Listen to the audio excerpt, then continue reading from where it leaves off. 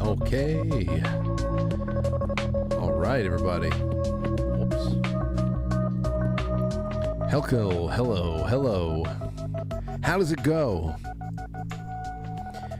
It's November 6th. Remember, forget the 6th of November. I am so happy to be here with you on a fresh week. The first fresh week in November. And what else is there to say? I think it's going to be a good one. Now, tonight, we've got a first-time guest calling in. He'll be calling in from the road. He'll be calling in from the road because he's got a really interesting job. Bob Mota is our guest this evening. He's a criminal defense attorney, legal analyst, and the host of Defense Diaries. I have the entire link tree collection of links and information on all of Bob's work, Bob and his wife's work. They do great stuff together. And I've been watching them for a couple of weeks now. Gotta say, I think it's the beginning of a beautiful friendship. Because they do true crime as well as anybody else, but it's coming from a professional standpoint, of course. It's not just hobbies and personal passions that's playing out on the side of some. This is what they do. Bob is a criminal defense attorney and is personally involved in a couple of really incredible ongoing cases, and outside of that, commentates on many cases that are going on right now, and also cases that have gone on in the past. Does a lot of work on John Wayne Gasey. I have a question or two about that tonight as we start off. Before we get into Delphi, I want to talk about the Delphi murders, and I also want to follow up on the Long Island serial killer situation, because back on October, I think 18th or 19th, there was a press conference from a lawyer. What is his name? John Ray? I forget his name. I have it written down. A press conference from a lawyer here in New York that was, watching it in real time with people, everybody, it was like our heads were getting whipped around as far as all the things that were coming out. Involvement of narcotics police detectives and where it's all going there, and that Rex Heuermann guy and the 11 dead, and it's an incredible twist. Several twists that have come out in the last couple of weeks, and I just want to build on that, and I want to keep doing things like, and with someone like Bob Mota out there and being introduced to all of you, and hopefully coming back in the future, we can do more things like this and keep our heads on a swivel, because there's a lot going on out in the world, and there's a lot of it that is interesting. We can't spend too much time on one thing. All right. As far as the Jimmy Hoffa thing, I know it's in the title, and I'll see if we can have some time to get around to it, actually. But that was just coincidence today that I saw that it circulated, came by my desk just today, that I think some members of a true crime podcast, which I got to ask Bob about this, just how personally involved people around the world are getting with open cases, or trying to crack open cold cases and all that stuff, and they're doing it with moderate success. But I would have to say that the Jimmy Hoffa thing, everybody has a Jimmy Hoffa theory. I think we all know exactly what happened, the kind of thing that happened to him. But as far as the theory of where he is, under which home plate, in which state, at what baseball stadium is he buried, or if at all, Well, another one of them has come out today, so it's just so much. And there's also the true crime that's going on right now in New York with the civil case against Donald Trump, which is not so civil. And it's not about Donald Trump. The unfurling true crime case is about the state attacking Donald Trump. In that case, it's just really incredible what's happening right now. As far as you may or may not have heard, but the Nashville shooter from months ago, the transgendered murderer, went into the Christian school and shot up children and their teachers. Well, there was a leak of the so-called manifesto. Whether you believe it's the real manifesto or not, it either points toward a few things. It's the feds are allowing it to come out because they want there to be an increased risk of some kind of a backlash that can be used in one way or another. Or it's also just another example of law enforcement suppressing information that the public deserves to have. And it's pretty incredible. Everything that you'd imagine. Everything that you would imagine. But we'll get to that and more tonight. I'm going to take on a call with Bob Mota, who's on the road. So we were going to have him sitting down, a Zoom call, video, audio, but tonight he's going to be in his car. So I said, let's just opt for cell phones. You can use your Bluetooth, and that there is an increased chance that the call will actually stay connected. You don't want to waste bandwidth and data on video when, don't want to put anybody's life in danger here. All right, so that's what we have this evening. Tomorrow night, we're checking with Marley Hornick, New York Citizens audit update on Election Day stuff, and of course the voter rolls and election integrity. I know she hates that term there, but it's been a little while since we spoke with Marley, and I can't wait to get an update from her. On Wednesday, we're going to be talking with V Gorilla and Velez. It's going to be great to have them both back on. Actually, I think it's the first time that V is going to be on with us. Velez has been on quite a few times, but it's been a long time for him as well. Monica Kelsey, Save Haven Baby Boxes, will be on with us on November 9th. On Friday the 10th, I will be off air. There's a family thing going on that night. I want to be there for my nephew. And then Saturday morning, I'll be taken off to run around in Massachusetts for a little bit. So we'll see what happens there. But anyway, this is going to be a good week, and I'm glad that you're all here with me to enjoy it. The gig on Saturday night was pretty fun in Jersey City. Well, the sunset was nice out there. I haven't seen much of Jersey City. Where I was at was interesting. It was a converted high school, and we played a fun 20-minute set. It was a good time. I streamed live for a couple of minutes to the Gilded Chat a few times, behind backstage, and just chit chat a little bit. That was fun. Got to meet the band and a few other people there, and we'll see. We're going to be planning a bigger event in April at a theater somewhere around here, and we will properly promote it. We'll get some opening acts. We'll be on stage for about, I don't know, at least 60 minutes. So it'll be something worthy of pulling you all out there if you're in the tri-state area. So we'll see what happens with that. All right, let's get into the grab bag, shall we? Like I said before, Nashville Mayor's Office, mainstream media flips out after trans shooter manifesto leaks. Authenticity has now been confirmed. Metropolitan Nashville Police Department said Monday that the 3 images, including the alleged first 3 pages of the Christian Covenant School Shooters Manifesto, are not crime scene images.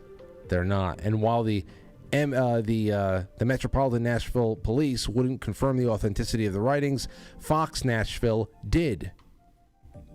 So they confirmed it was authentic. Social media photos claim to show some of the writings, and they are authentic. And now, of course, the update is incredible. It still is. Everybody's jumping on one way or another to either get it out or to suppress the hell out of it. The Reddit thing is interesting. On Reddit, Reddit Lies on Twitter, they covered this one. Reddit admins are handing out 3-day site-wide bans to people who post the Nashville manifesto because it, quote, threatens violence or physical harm. And they conclude that this suppression is happening all across Reddit, but they don't really care. They really do not want to see people looking at the manifesto, pining through it, because it's likely that the insane anti-white rhetoric is virtually indistinguishable from your average Reddit post. And it's true. It's true. Reddit is a shit show. I'm really happy that our forum got nuked over there. We had a lot of people on that forum. But I'm glad we went indie on quitefrankly.tv, and I hope that you all sign up there. It takes nothing but an email address, and you're not connected to Reddit. So that's what you have there. Now, whether or not you think that this is actually the manifesto, because you know with these things, especially the way that they position it against the public, there's always a manifesto, and the way that it is disseminated, what is in there, it is all very, very carefully presented to everybody. And even the struggle of suppression could be a play to the public as well. I'm jaded with everything now. It's another tragic act that cost people lives, as usual. But as far as what we're being groomed to do, what triggers are being flipped right now, I have no clue. It's up to you. There was a very interesting and kind of morbidly hilarious thing that happened with the Washington Times, though, when they were posting about this early in the afternoon around 2 p.m. Here it is, the Washington Times. They tweeted this out, had to delete it right afterwards. Alleged Nashville manifesto shows killer Steven Crowder targeted little crackers with white privileges. So by accident, although I don't know how, the Washington Times tweeted out that the killer was Steven Crowder. The little crackers thing and the white privileges thing, those are some of the elements contained inside of the manifesto. If you go read it yourself, then you will see that to be true. The Washington Times did go in reverse course on that, thankfully. Said a tweet regarding the Nashville manifesto story was posted in error and deleted shortly thereafter. The Washington Times applauds Steven Crowder for his work, which of course did not include killing people. So they, I'm open to your theories on the manifesto leak. I saw Alex Jones was out there, and they're reporting on it. A lot of people are reporting on it from the obvious standpoint of here's more suppression, and it's very easy to see why this would be suppressed by the people who call themselves law enforcement in this country now. It's apparent. It's apparent what they're cooking up. But here's something else. You want to talk about suppression? Whereas any life lost, any innocent life lost, that would be considered collateral damage and, in some cases, martyrdom. Any life lost is horrific. What has been done in Ukraine to this point is a wide-scale massacre of hundreds of thousands of people, especially hundreds of thousands of Ukrainians. The ratio of Ukrainians versus Russians dead is way out of whack. We've been talking about it from the beginning, because if you just had the guts to plug into alternate news sources, you would see almost 2 years ago now exactly what they're settling upon and preparing the greater public for at this very moment. This is from NBC News. It's really brutal. U.S. European officials broach the topic of peace negotiations. Peace negotiations with Ukraine, sources say. They are on the brink of total admission. After 2 years of saying that Russia was on the run, they are winning. All of the fake heroes, all of the fake pilots, the ghost of this one, the snake of that one. After all of that nonsense, after all of the, sending Ben Stiller out there to bow, Ben Stiller bowing before Zelensky, Sean Penn bringing his golden dildo out there for Zelensky. After all of that, this is what we're being left with. U.S. and European officials have begun quietly talking about to the Ukrainian government about what possible peace negotiation with Russia might entail to end the war. According to one current senior U.S. official and one former senior U.S. official familiar with the discussions. You know what this is? This is the fat cats at a casino, sitting around a table. And it is long since past that they have showed up to their casino dressed to the nines, really dapper. They have their tuxedos on. They all feel like James Bond for the evening. Well, they're a little bit drunk. They're a lot of bit tired, and they are just buried in chips. Man, have they taken the house for a ride. And you know what? You can't stay up forever. Let's just cash out. Let's just get... That's exactly what's going on right now. They do not care. Like they have not cared. Every war in the 20th century, from World War I, they didn't care. They do not care. They have showed us this for well over 100 years now in modern warfare. They do not care about destroying multiple generations of young men. They don't care about killing multiple generations of young men and boys, destroying countries and cultures, and just raiding the treasuries, raiding the banks, and they'll kill anybody. They will kill and as many people as they please. The conversations have included very broad outlines of what Ukraine might need to give up to reach a deal, the officials said.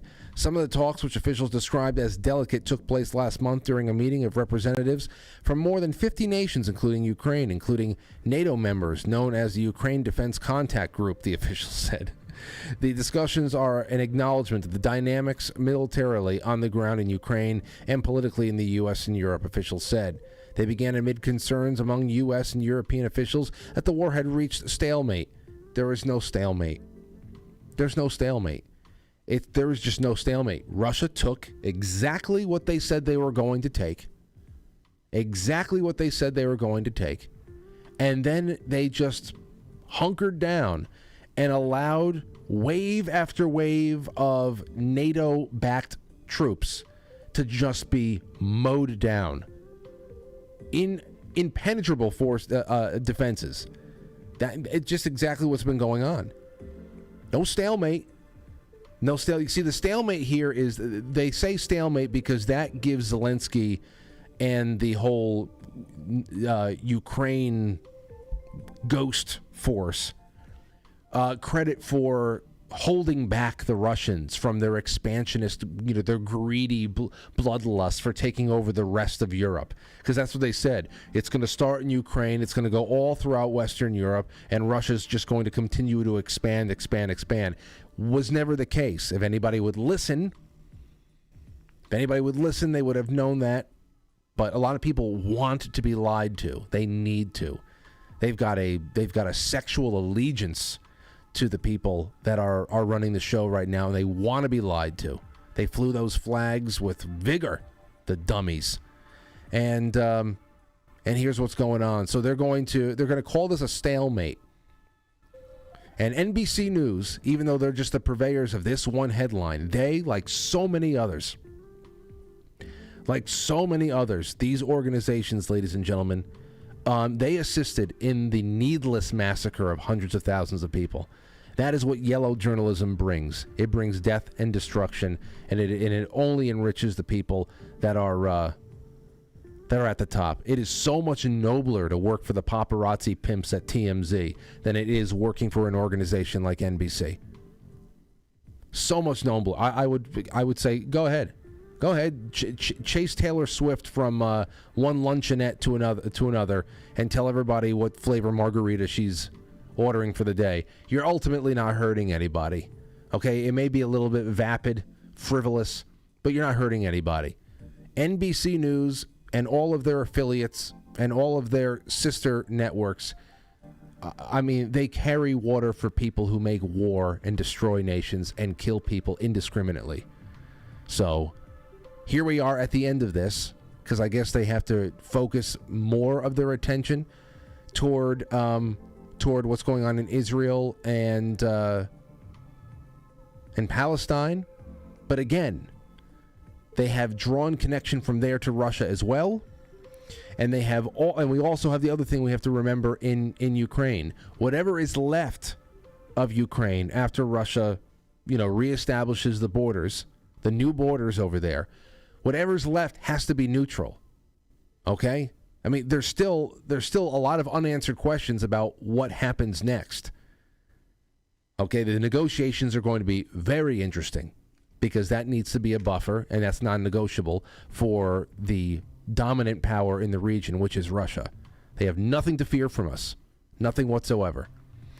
All right, let's go ahead and get started. I can't wait to bring Bob Mota on. All right, we will be right back. Don't go anywhere.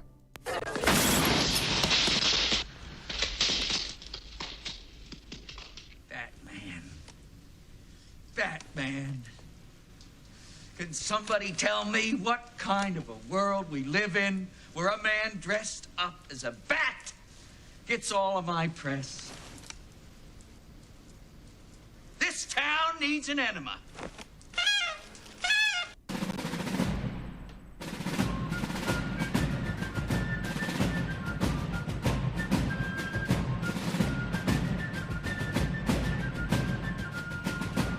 You let one ant stand up to us, then they all might stand up. Those puny little ants outnumber us 100 to 1. And if they ever figure that out, there goes our way of life. It's not about food. It's about keeping those ants in line. That's why we're going back. Does anybody else want to stay? Let's rock!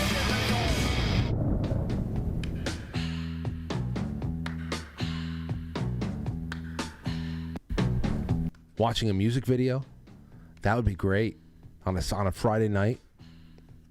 Cheesy music videos, that would be great. Well, anyway, a lot of things on mind, and for now, I want to just bring something else up because I said it's going to be a night of true crime. We're talking about crimes all over the place in Nashville, in Ukraine, and also in New York right now. This is from Newsmax. You might have been following it on the internet today. Political warfare. Trump testifies in $250 million New York civil trial. Nothing civil about it. The judge presiding over the New York civil fraud trial of Donald Trump repeatedly admonished him to keep his answers concise on Monday, reminding him that this is not a political rally. Oh, he must have gotten off. Every time the court went into recess, he probably went and diddled himself. I'm a strong man. I'm a strong man. He must have loved it. I've never been stronger. The Christmas parties are going to be great. All these freaks getting together for their holiday parties, for their winter fests. They're going to get around, crossing their legs, shaking a leg, shaking a foot as they swill their wine, their Prosecco. Oh, you did wonderful. You did wonderful, Arthur. Was his name Judge Arthur Engeron?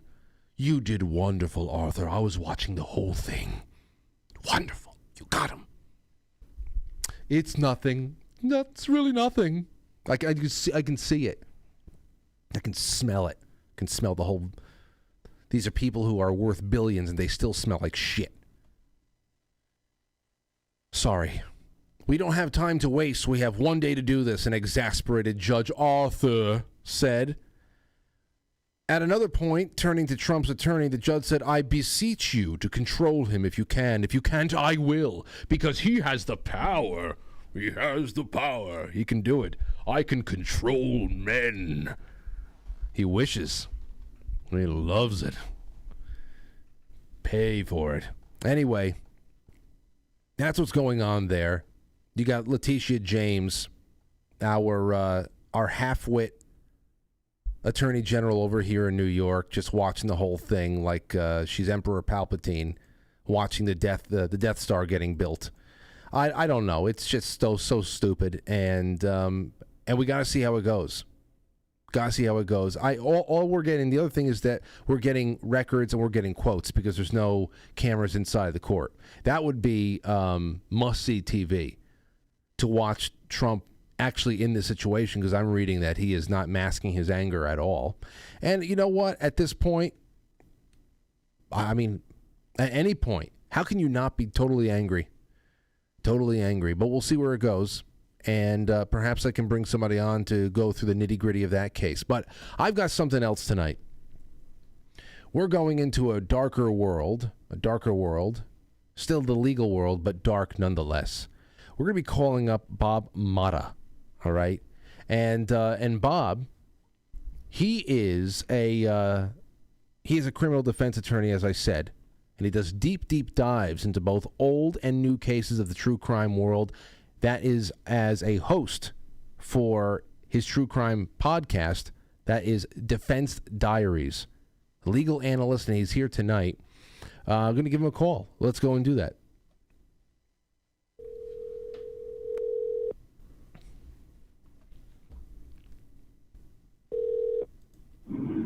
Hello. Hello, and here he is right now. Bob Mota, welcome to the show. What's up, Frank? How you doing, man? I'm good, dude. I'm sorry that it's under these circumstances. I was fully intending on being on the Zoom, so I could look at your handsome face for the entirety of the interview, but, you know, life got in the way. I had to run down to St. Louis and do a prison visit today, so, which I think we should probably talk about on a different episode, but it's a pretty interesting case. But, yeah, I'm in transit back, driving back from St. Louis back up home to Chicago, man. So thanks for accommodating this, man. Oh, I got you. No, and just to let you know that the sound is coming in pretty clear. You sound a little bit distant, so just give us give us our best your best projected guttural voice whenever you can. I think we're going to do just fine. But I'm just happy that you kept the time for us even as you drive right now, and I'm also even happier that you are hands free. I just want everybody to know Bob would not be doing this with me if he wasn't hands free. I care too much about him. So I appreciate that. Appreciate that. All right, so here's what I got. I just got turned on to your show recently within the last couple of weeks. I'm really enjoying it. I can't wait to watch more. I've already learned a lot. But I just wanted to ask of you your inspiration of becoming a defense attorney. Let's just talk about you for a little bit. So, I mean, I'd have to blame my father. My dad's longtime defense attorney. I obviously, as a young boy, I always looked up to my dad. I always thought it seemed like a cool profession. I liked the fact that he was in a suit. It seemed like he was doing important things. And then, you know, eventually he ended up bringing me into court for the first time. And I think it was on a murder case. And my father was originally a public defender when he came out of law school. He ended up becoming the head of the public defender's office. And so I think we were in there on a pretty heavy-duty felony case. And, you know, I'm probably like 8 or 9. And he says, you know what, go ahead and sit here in the gallery. I'm going to go up. It's called. So he goes up, and him and the judge get in this huge argument, like a massive argument. They're screaming at each other. My father's trying to get funds from the county to hire experts because he's saying that his client has mental illness and he needs to be psychologically evaluated. And the judge is saying, I'm not giving you any money from the county, Motta, get out. You know, so my dad's going back and forth. So he ultimately ends up kicking my dad out of the courtroom that day. So that was my, first exposure to, you know, the practice of law, and it stuck. And I realized at that point, walking out of that courtroom, that what my dad does, he tries to give a voice to the voiceless, and he tries to uphold the principles of the Constitution. And, you know, I think from that point on, I decided, yeah, that's probably going to be for me. Now, when I got out of college, I didn't go right to law school. I was actually a social worker for 5 years. I had wanted to work with, try to help kids. They wouldn't hire me. I don't know if it's because I was a dude or I don't know what it was. I passed the state exam with a perfect score 3 times. I couldn't even get an interview with, in Illinois, they call it DCFS, Department of Children and Family Services. So I ended up working with seniors for a few years, and then I really enjoyed, which was, it's an important role in society to try to help those that need help. And then ultimately I decided to pull the trigger and go to law school, man. And so go to law school. I meet my wife there. And by the way, and by the way, I really enjoy your wife's role in all the broadcasting that you do. She's even more fiery than you are at times. It's really a great combination. I love it. Yeah, she's the brains of the operation. You know what I mean? I can tell totally. Well, let me ask you this. I heard, I don't have too much information about it, but I just heard, and I wanted to ask you, that your father was actually one of John Wayne Gacy's attorneys. Is that right? It's a true story, man. So is that because of his public defender? He was the trial lawyer. It was him and Sam Amarante tried the case back in 1980. Gasey got arrested back in December of 78, and like the story kind of goes, is my parents had been divorced. I was living, I think, in Colorado at that time, and I had come back for Christmas, my Christmas visit with them during our Christmas break when the Gasey case broke on the news, and I'm sitting there with my father and his brother, my uncle, when that story broke, and then they cut to this little attorney. Guy looks like he's 5'3", which I think is about what Sam is. And my dad's like, oh my God, holy shit, I know him. He's like, I know Sam. I wonder if he needs help on this case. And my dad had just left the PD's office and hung his own shingle, so he'd just gone into private practice. So this is long before cell phones and texting and emails. He's like, I'm going to go. He's like, I'm like, yeah, you should do it, Dad, having no idea what that entailed. I just thought it'd be cool. It was on TV. Not realizing the gravity of the type of case it was. And he always blames me that he got sucked into the case in a joking type manner. But so he ends up sending a Western Union, old school, to Amarante, asking him if he needs help on the case. And Amarante gets back to him almost immediately. And my dad, freezes up on the call. He's like, actually, I got a bunch of shit. It's like when you start to realize the magnitude of a case like that, it can mess with your head, and it did. And he ends up hanging up the phone with them, saying that he didn't think that he was going to be able to do it because he had too many other matters up, and it was going to be a practice killer, blah, blah, blah, blah, blah.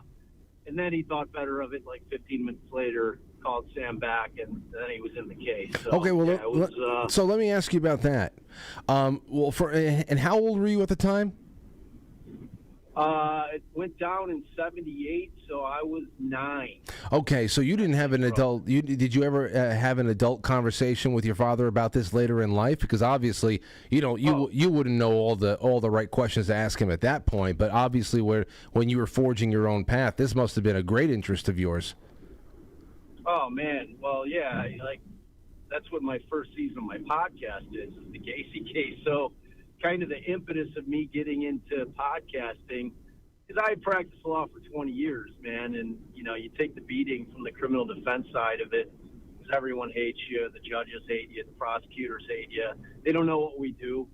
The public hates you because they have no idea what we do. I spend a ton of time on my podcast educating people about what we really do and how critical defense attorneys are to the system and to society in general. I mean, we are the ones who protect the principles of the Constitution.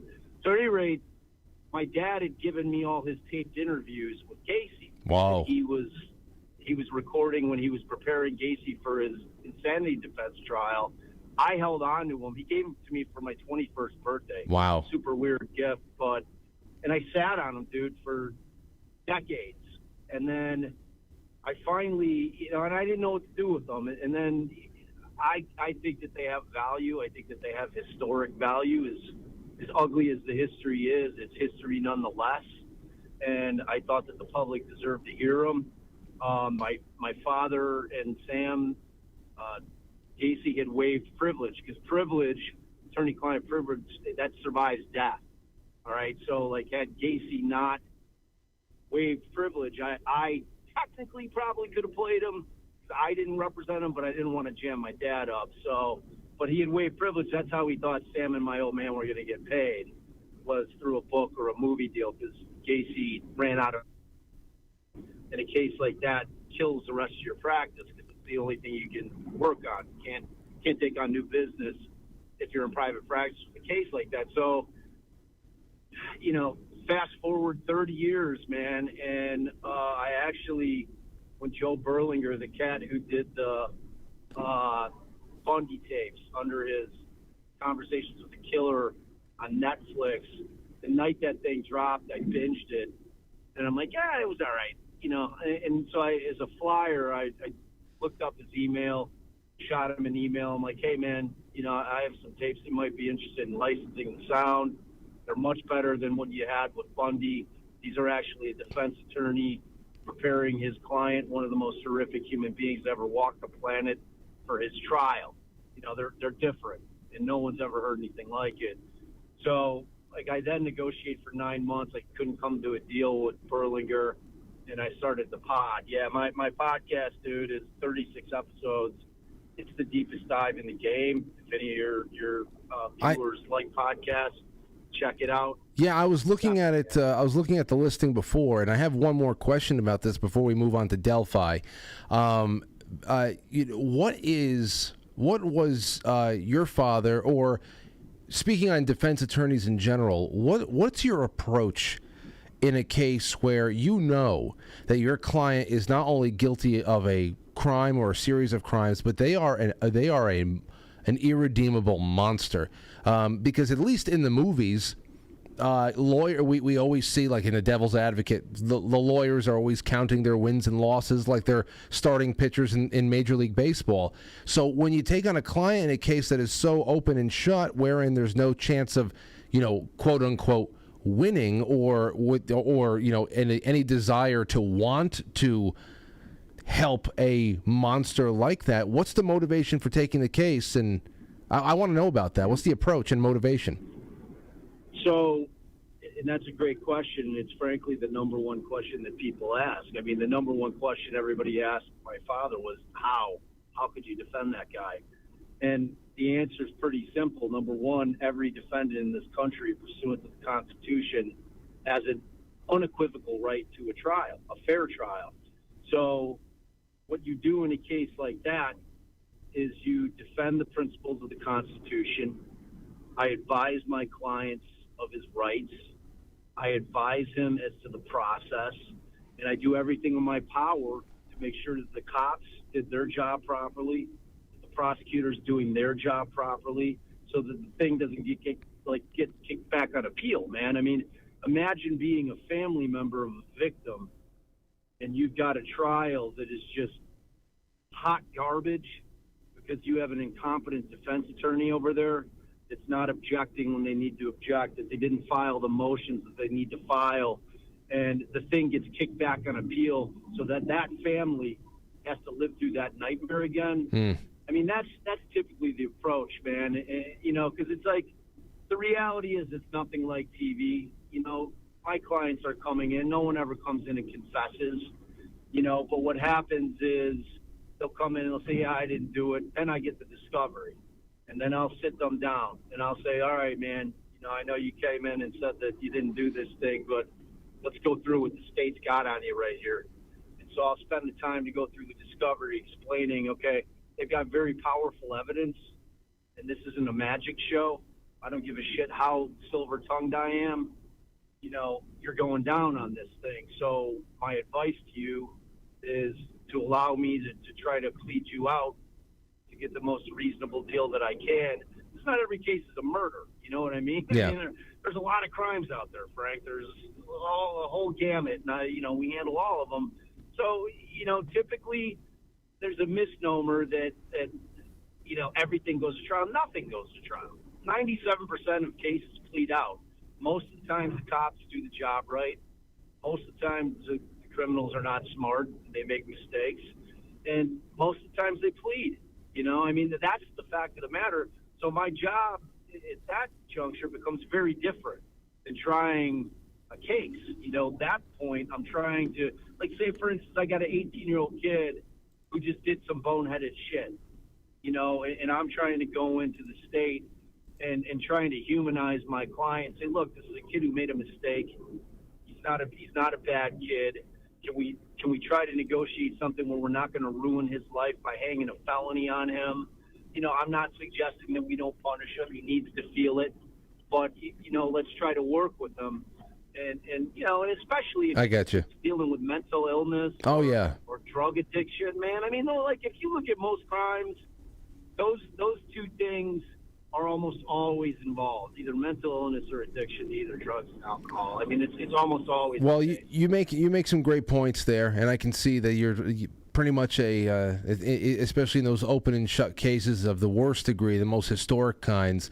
I can see how the defense attorneys really are just facilitators of the process to make sure it gets wrapped up as neatly as possible and it gets in the books.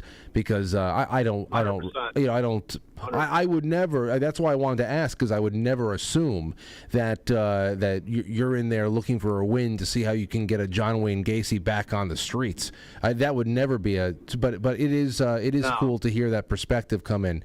Now, as far as and remember, that was a case that was an insanity defense, which in theory in Illinois back in the day, because there's the argument.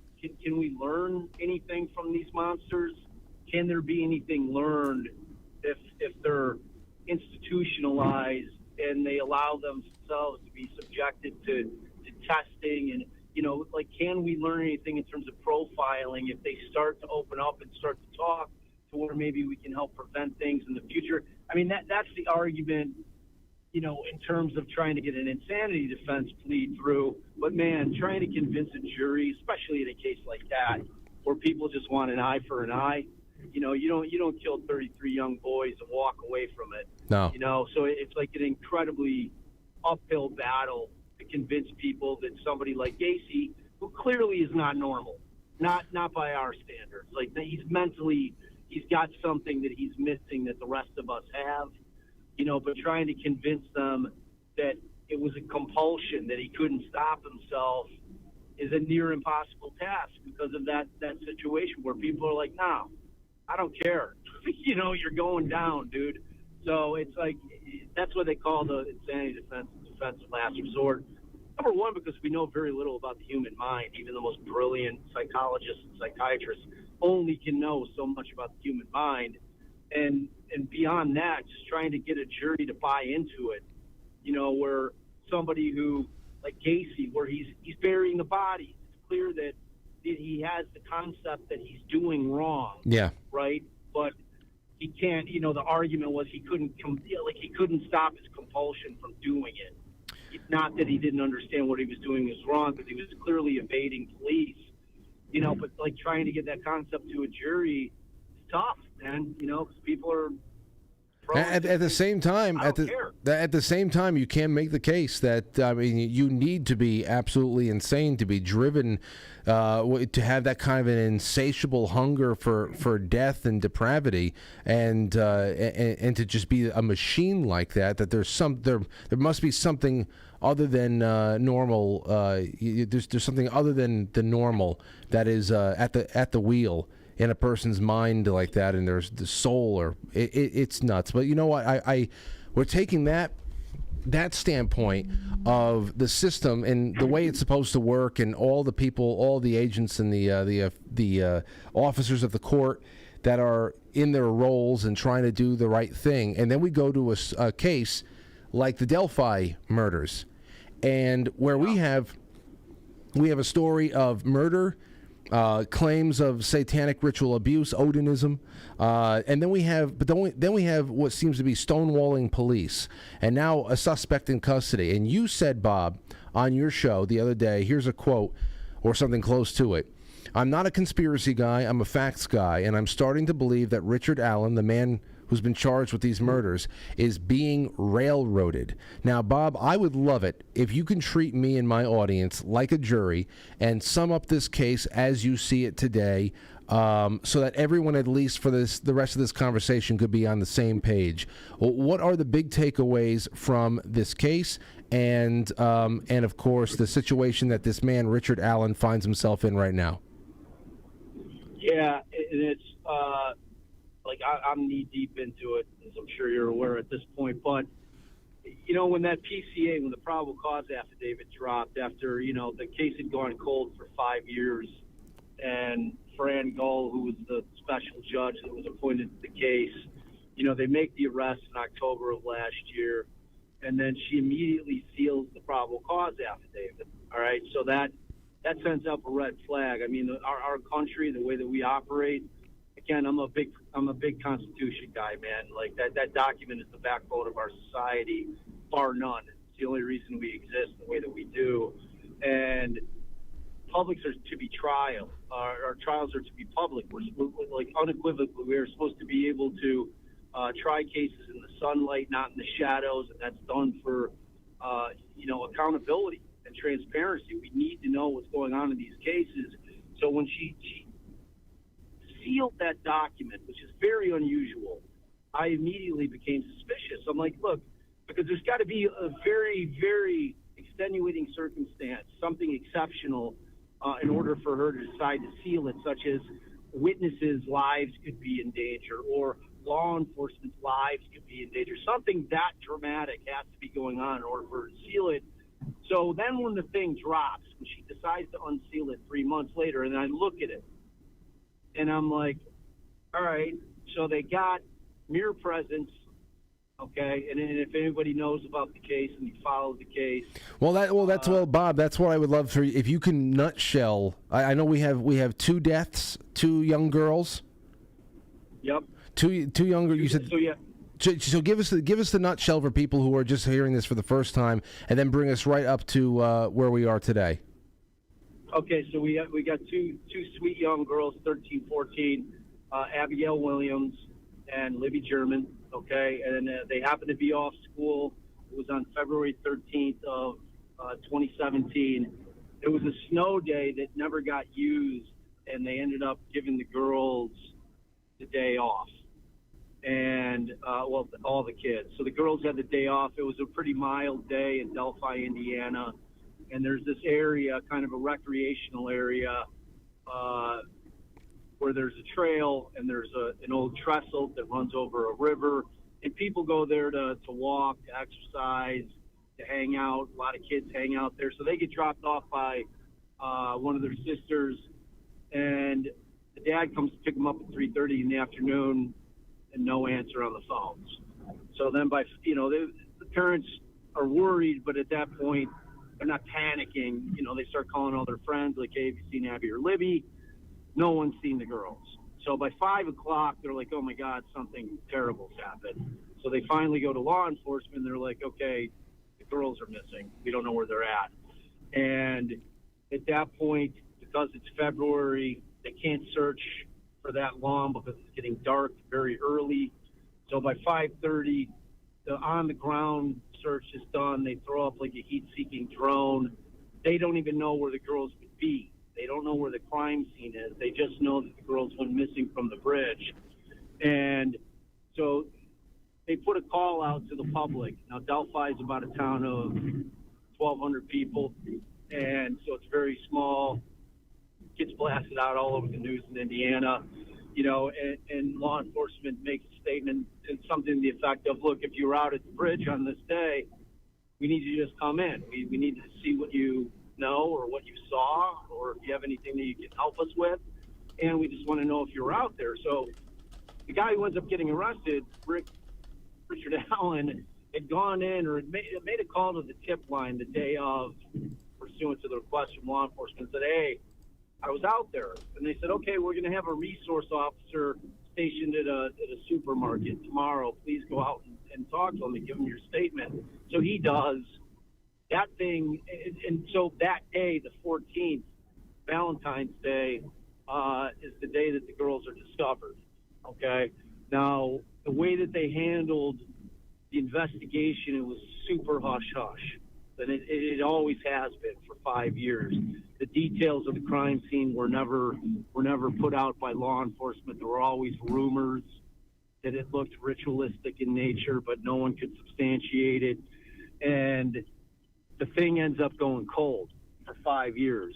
And kind of what made the case famous, what really put it on the map was I think it was on the 17th of February, one of the girls was brave enough to take a 49-second Snapchat of her.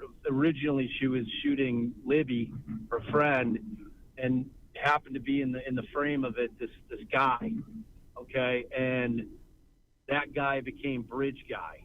Like, so they then released this grainy photo of this guy who they believed to be the killer, and that, like, from that it became national news. And the next day they released this sound from the video where he says, "Down the hill, girls."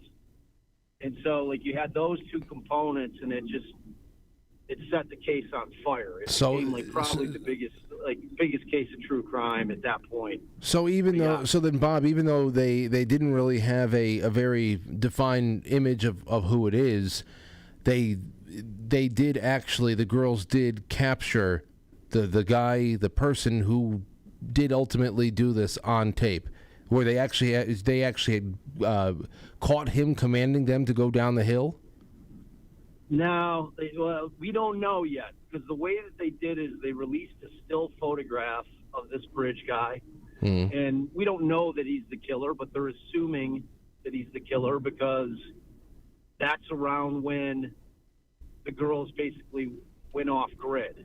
Okay, so the natural assumption is to assume that guy had something to do with it, right? So then a couple days later, so it's assumed that the sound comes from that video, but they've never played. We haven't seen the video in its totality yet, ever. So we don't know if it's a separate. Like, everyone's just assuming that it comes from that snap video. You know what I'm saying? But yeah. we can't confirm it. So, but the assumption has always been, yes, that the Bridge Guy is the killer. All right, so fast forward, the thing goes cold. Fast forward to October of last year, they finally make an arrest, okay? And it's this guy, Richard Allen, who's a local, lives in Delphi, works at the CVS, works behind the counter, processing photographs for people that are coming in. And he's married, he's got a kid, he's got no criminal history, seems to be a pretty normal guy. And, so I'm looking at the probable cause affidavit, and they basically have him volunteering him being there, which, people use the word he admits that he was there. I always consider the word admitting is to be like you're admitting to doing something wrong. He voluntarily placed himself at the scene because they asked all the people that were out there to place themselves at the scene if they were there, and to say, this is what I was wearing, this is who I saw, and he did all that. And so then I keep reading, and they claim that they had found an unspent shell casing at the scene. Neither of the girls were shot. Okay, they were both stabbed, but they found this unspent casing that was in the dirt between the girls, is the way they say it. So then they say they go and they interview Richard Allen.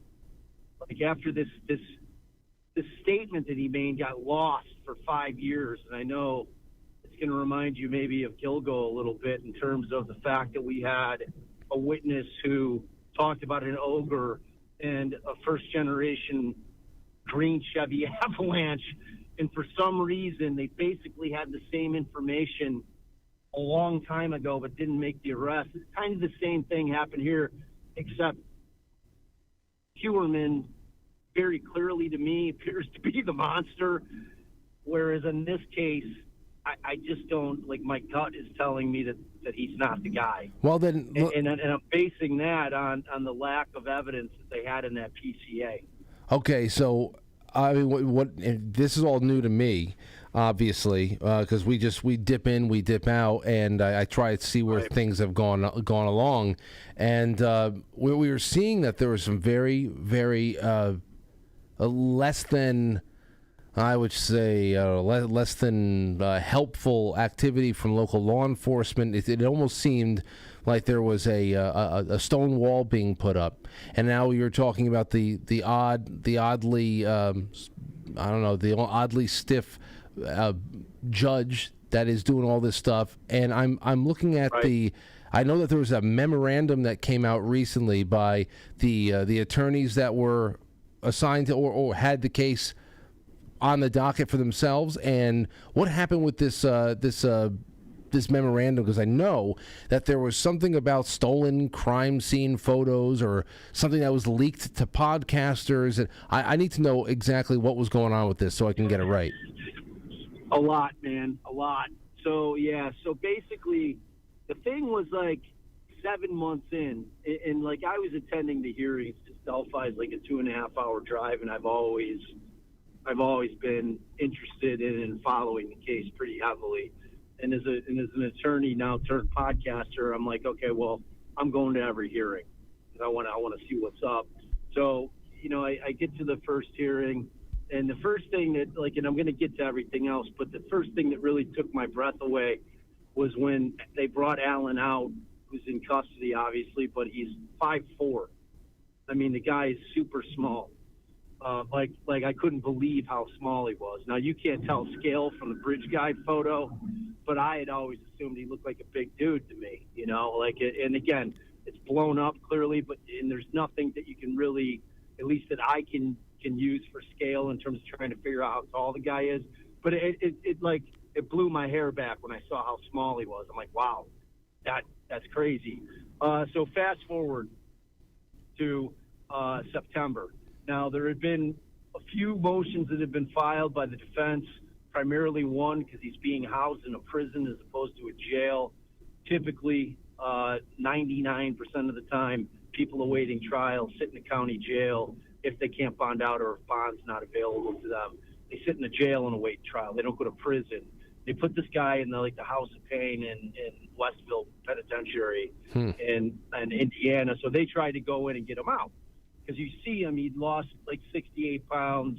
He looks like the only way I could describe it when I first laid eyes on him is he was vacant. It was like nobody was home. He had that 1,000-yard stare that you're just like, man, where's this guy at mentally? And so they went in. They put on their evidence. They talked about how they were filming all of their attorney-client interviews in the prison, which is verboten. Like attorneys, we have the opportunity to speak to our clients to prepare them for trial in private, and that didn't seem to be what was going on. So then in September, the 136-page memo drops, which, as you said, laid out this entire theory of the possibility that this was a ritualistic killing by Norse paganism, some form of Odinism, which basically, if your viewers don't know what that is, it's basically like it's Viking religion. They believe in Valhalla, that they're going to go to Valhalla, and it's very kind of like earth driven. They take everything revolving around the earth is like just absolutely imperative to them. It goes along with everything that they believe in. That nature is all part of us, and we're all a part of nature. And outside of that, there was a lot about deceitful cops in there too. Aside from the ritualistic aspect, a lot about deceitful cops. The Frank's hearing, yeah, that's the Frank's hearing. So there's two separate things. Like, from a defense attorney's perspective, I loved the memo. It was one of the greatest things I'd ever read, and there's no bones about it. The defense, they laid out their entire theory of the case. They tried to even the playing field in terms of, because typically when you read a PCA, when you read a Heumann bail application, where if they had not gotten a grand jury indictment and they had to go in to get an arrest warrant, that PCA would have been what we all read. And you read through that thing and you're like, damn, they got this guy on lock. That was a hell of an investigation, right? So, but that becomes the narrative that the public hears for 2-3 years while it takes to get to trial. So the public's always hearing the state's theory of the case. And that's all it is, a PCA. They weren't there. The cops weren't there. The prosecutor wasn't there.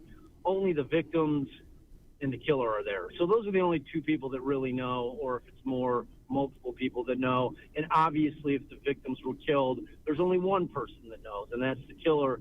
So, those theories sit out there, and that's why you see a lot of people assigning guilt to defendants in cases where they might not they really might not be doing that if the defense's theory was also out there, where you're hearing both sides. And like Huerman, I don't know what that guy would say, but like with this case, it turns out that they find out that there's this like huge amount of people that practice Odinism in rural Indiana, and that there's 3 cops that ended up following that particular course of investigation, where the Unified Command, which were the 6 cops that were basically investigating it, decided to abandon the Odinism or the ritualistic thing. They're like, nah, we're not doing the satanic panic thing, man. But these 3 cops continued to investigate it for months. They end up generating reports.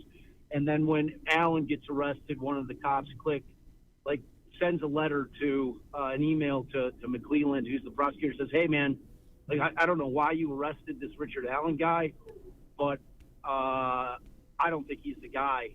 And I think that our investigation needs to be investigated more, because we think that there's connection here. Jeez. So that's kind of the Odinism part of it. And then you get to the Franks hearing, which is what you're talking about. Now, the Franks hearing, in lay people's terms, is pretty simple. It's basically where you state as the defense that law enforcement came in front of the judge, either in testimony or in sworn affidavit, and lied in order to get the warrant. And in this case, it was the warrant to search Richard Allen's home. So, like, the defense attorneys are like, look, this Tony Liggett, who was the sheriff at the time, he's like, he went in and he lied. He changed the statement from these 4 witnesses completely, what they said, in order to fit his narrative, in order to get into that house to search for the clothes and a .40 caliber weapon, which was the caliber weapon, the bullet that they found, which was unspent. And again, the girls weren't shot, but that was the caliber weapon that they were looking for, was a .40 cal. So that thing, and that all comes from their evidence. It's like Tony Liggett's not going to report say. You know what I mean? Like, they talked to the girl witnesses, and they said what they said. So if they go in and they can prove it in terms of law enforcement lying, it then becomes an evaluation for the judge, where she would have had to have decided, okay, I'm going to pull out the things that he lied about. Do I still think there's enough probable cause for the warrant to survive? So that would have become the analysis. Well, now with this, I got to ask on this one, because you're talking about the memorandum that comes out. It starts all this. This problems along the chain of command here, but it is also that first salvo of getting an alternative theory out to the public. And I know that the 19th comes along, and this hearing is supposed to start, and it never takes place because the lawyers Bradley and Rosie, they resign. And I see that the Rosie guy, he filed motions blasting the judge, saying that what happened to them before the hearing was an ambush, and that the judge gave the attorneys 2 options. One was to resign before the hearing started, or else she would embarrass them somehow in open court in front of their clients and in front of the cameras. Now, I heard that Rosie is fighting back by blasting the judge, and pretty serious allegations. Can you tell us about the allegations that he has with the judge? Yeah, I mean, essentially what it is that so you had intimated about the leaked photos, the crime scene photos, that there was a leak, okay? And there had been an earlier leak. It wasn't really anything of any kind of real importance in terms of evidence, but Baldwin, the other lawyer, had inadvertently emailed kind of an evidence list. And it wasn't photographs or anything of substance. It was basically like a table of contents of what the evidence was, to a client that had auto-populated into his email. So, like if I were to type in Frank, like trying to hit another Frank up, and you auto-populate, and I just click send. So that's what happened. No harm, no foul with that. Certainly a little sloppy. So the second thing is, apparently a guy that worked with Baldwin in his office for years, who he considered a friend, called him and said, hey, man, I want to come hang out. Came over back to the office, snuck in there, took some pictures, and then leaked them. Now, the leak was contained, so nothing got out to the public per se. So at that point, you've got a situation where the judge is blowing hot from the Franks memo, okay, because she was pissed that they didn't file it under seal, which they had zero obligation to do. The case is not under seal. She keeps sealing things, but she doesn't have a right to do that. Like, she really doesn't. Like dockets are supposed to be clear and open for us. Now, if there's super sensitive photographs, yes, you're going to make them confidential so the public can't see them. They'd be publishing them online, like people would, for whatever reason, would do that. But there's those folks out there that do that kind of shit, So like that kind of stuff, yeah, you keep that confidential. But as far as filings, pleadings, motions, exhibits, that's all public record. She had no right to be hiding that. That's what I'm saying. She was trying the case in the dark, and it needs to be tried in the sunlight, man. It's like very confusing. Not how we do it in this country. Yeah, it's very confusing. So she ends up that day on the 19th, and I was in court. I was all excited. I thought we were going to have a hearing. I did the drive, and she basically comes out 5 minutes later, and this is up in Wayne County, or in Allen County in Fort Wayne, where that's her home turf. Okay, so it's in her big courtroom. She had gone ahead and approved cameras. This is the one and only time she did it. And they walk into the room, and she hands them a bullet point sheet of paper. She says exactly what you said, what I consider to be a Hobson's choice, which is no choice at all. She says, either I'm going to pants you and I'm going to shame you publicly and flamethrow your client's defense in public, or you can withdraw with grace.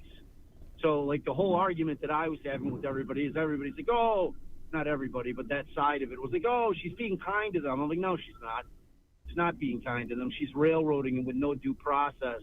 She had no idea what had gone on. Like, it deserved a hearing. Due process for Richard Allen requires that there's an evidentiary hearing as to what went on. And did it affect his defense? And like, she didn't do any of it. That's the thing that I'm just ranting and raving about. I mean, it's like, so then when it turns into her then deciding, because like Baldwin, he caved, on the 19th. He says, okay, I'll make an oral motion of withdrawal, Your Honor. She says, okay, I accept it. Rosie's pretty crafty. He's like, you know what? I'm going to put it in writing, and I'll get it to you in a few days. In the interim, that's when he puts her on blast, says exactly what went on in that hearing, and then files a motion requesting the audio and the transcripts, which apparently she had recorded in chambers and for the in-camera hearing, which we all deserve to hear. Like this guy, like both these guys had nothing in their past in terms of like no bar dings, nothing. 50 years combined, both had sterling reputations, and both are accomplished attorneys. And, like she's going and flamethrowing these guys' reputations because she so Rosie files a motion to DQ, and then he files verified notice that he considers himself still to be counsel to Richard Allen. So that's the thing. So that leads us up to Halloween. Okay. And that's when I drive back to Delphi. I knew ahead of time because I know people in there.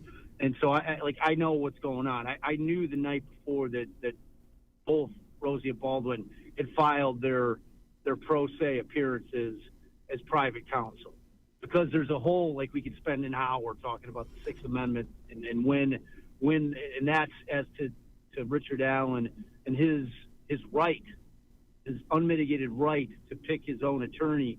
I mean, just try to think of, like, God forbid you got arrested for something. Oh, yeah. No, listen. You had a judge telling you that you couldn't pick who your attorney was. Yeah. I mean, everything you've said so far in just describing the conditions that this other guy is in. Now, listen, if it seems, and here's the whole thing. There's a little bit of sympathy in the that is garnered for this character, Richard Allen, because he doesn't seem at this point to be as, oh, that's the guy that did it, as, let's say, a John Wayne Gasey. And that's the whole thing here, that it's very odd now when there is, no, I have to imagine no DNA, no fingerprints. If evidence was lacking, why did the district attorney even sign off on the arrest? What is the importance of going after this man with less than sterling evidence and so much secrecy? That is that's number one big question that I have. What's the reason for doing that with less than sterling evidence and going after him with so much secrecy and so much roadblocks from the judge to the police departments and everything? And then the second question I would give you before we move away from this topic, Bob, is if not Richard Allen, then who? Well, I think it so go to your first question. The answer, I could tell you what the defense opined, and that was that it was an election cycle, and that this arrest was happening right in time for the election for the sheriff, and they wanted to effectuate an arrest on this thing, and they had Allen, and they had dug up his statement where he put himself at the bridge, and then they went and talked to him, and he said, "Oh, yeah." He's like, "Yeah, I still have the blue Carhartt jacket, and yeah, I still have the pants." You know, it's like everything that he's saying, like in terms of you think of like your typical killer, typically is going to dispose of evidence that may connect them to a crime. You know, yet this guy has everything. He says, "Yeah, I still have my .40 caliber weapon. Why?" You know, like he doesn't know about the bullet. So like those things. You know, why they went on it, it's hard to know, man. I mean, like, typically the prosecuting office for any county in any state is not in the business of getting their ass handed to them in a trial. Mm-hmm. You know, typically they want to go with as strong of a case as they can.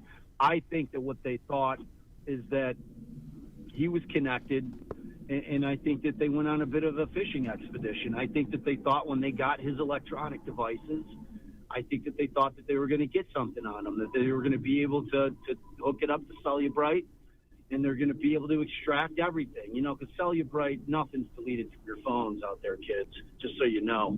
Like things that you think are deleted, text, pictures, it's all still like buried in the hard drive. So like just so you know. So I think that they thought that they were going to get him, like that they get all, because people don't understand. Like an investigation does not end when an arrest happens. It really is just beginning. You know, I mean, they have more access to the defendant and all of his property, and you know the people that he knows. That's where they really start digging into people. I mean, look what I think we're going to talk about next. Hulerman. Look at what they started doing with him. You know, they're going down to South Carolina. They're going out to Nevada. You know, I mean, like the investigation really hits full stride. So I think that they ended up not finding anything else. Well, now they're so dug into it. Like, what are they going to do?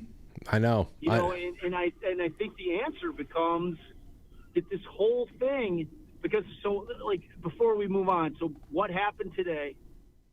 So like on Halloween, judge looks at Richard Allen in the face and says, you know, with his two original lawyers, Baldwin and Rosie standing right there, she says, "Mr. Allen, I understand that your desire is to have these two men represent you for the trial that is your entire life depends on, but I can't do it in good conscience.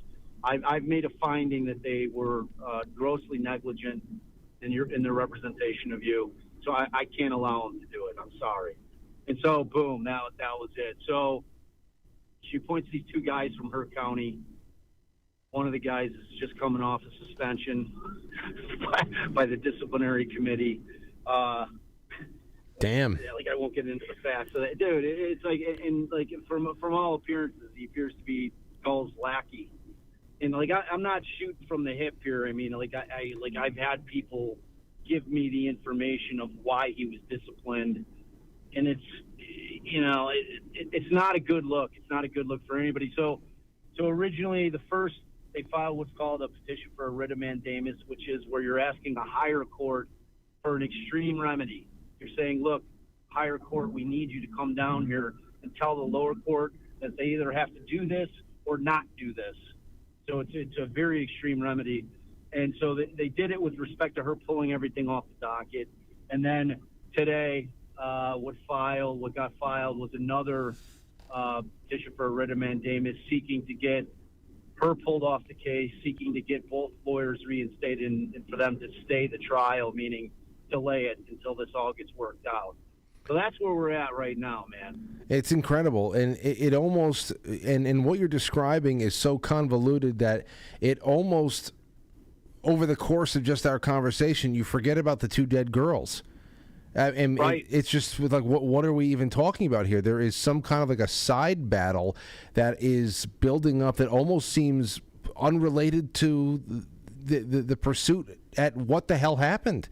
I agree, man. It's very odd. To answer your second question real quick, there's 5 alternate suspects named in the memo, like by name. That was one of the things she did. Like, one of the guys, this guy Elvis Fields, confessed to 2 of his sisters that he was at the scene that when the girls were killed.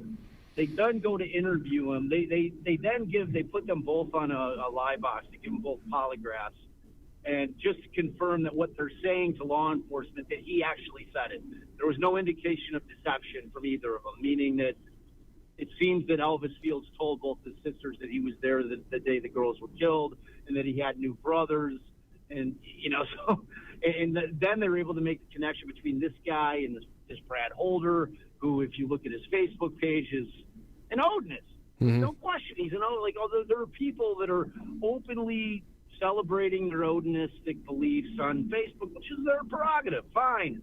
But, so they've got these 5 individuals who these 3 other cops really liked for it, and they're the alternate suspects. So that's the answer to your question. So we got to see. Not named individuals. But here is the last thing I'll say about this. So Elvis Fields, when they interview him, goes up to this Murphy, who's one of the 3 cops who decided to keep investigating the Odinism angle. And this is Elvis Fields says, "Hey, I just wanted to ask you," and the cop's in his car after he interviewed him, sitting outside of the vehicle, and he says to him, verbatim, "So I just wanted to ask you, if I spit on one of the girls, if you found my spit on one of the girls, but I had an explanation for it, would I still get in trouble?" And they did nothing with it. So, I mean, look, all I can tell you about this is when lawyers like this are fighting this hard, they believe their client's innocent. Yeah. That's all I could, you just need to know, this is what it looks like to zealously represent a guy that you believe is innocent with all your heart. This is what it looks like. I guess in knowing all this, I did not know. I knew what I wanted to ask you. I didn't know exactly what answers I was going to get. But this, what you are concluding with right now about the lawyer's conduct and what it shows that they believe about the case, and of course their client's involvement, this is the opposite of exactly what we started off with John Wayne Gasey. And how does a defense attorney handle a case in which they know that not only is their client guilty of these crimes, but they are an irredeemable monster? And this is the exact opposite, and you can see just so. I think that's great how that all kind of bears out here. Now, obviously, I'd love to have you back to keep plugging away at this as new information comes to light. But because we don't have all night, I'd love to spend the last 10. I'd love to spend the last 10 minutes or so on the Long Island serial killer, because this one is a little bit more high powered. It's actually crazy. So in the last year, we had the arrest of this man Rex Heuermann, who was charged with murdering 4 of the 11 people that were found in the swamps out in Long Island. That we started finding these bodies. The headlines started being made about a decade or so ago. I remember that. What was your big takeaways been on that front up to the press conference that was held on October 18th? Because that was absolutely incredible. Yeah. So my take on it was, first and foremost, it was great police work when they put it all together. Look, I'm a defense attorney by trade. You are presumed innocent until proven guilty in a court of law. Like that, it's a requirement. Like, if people online are always like, "Oh, that's a court thing," I'm like, no. It's a presumption of innocence for all of us. We're all presumed innocent if we ever get picked up on a crime. And we want it that way. You don't want to have to go into a court putting the burden on the defendant to prove that they're innocent. You want that burden on the state. It's their burden entirely to prove that somebody's guilty. So, that being said, I still am allowed as an individual human being to have an opinion, and I think that bail application, in terms of the way it laid out the investigation and the evidence they have, leans heavy guilty that Rex Heuermann's the right guy. Well, and then when you look at him, it's like he fits. Like I got a complete Gasey vibe off that guy the first time I laid eyes on him. But here's the thing, like dead eyes. This is where it gets big. I'm going to read a little bit of my notes from this press conference that Attorney John Ray had about the case about a week or so ago, and here's what it came out. Well, what it came out with. So pretty much back in the 1990s. A woman and her boyfriend, they go to a swinger club called La Trapeze or something like that. Mm-hmm. And and that club is near Rex Heuermann's office in Manhattan.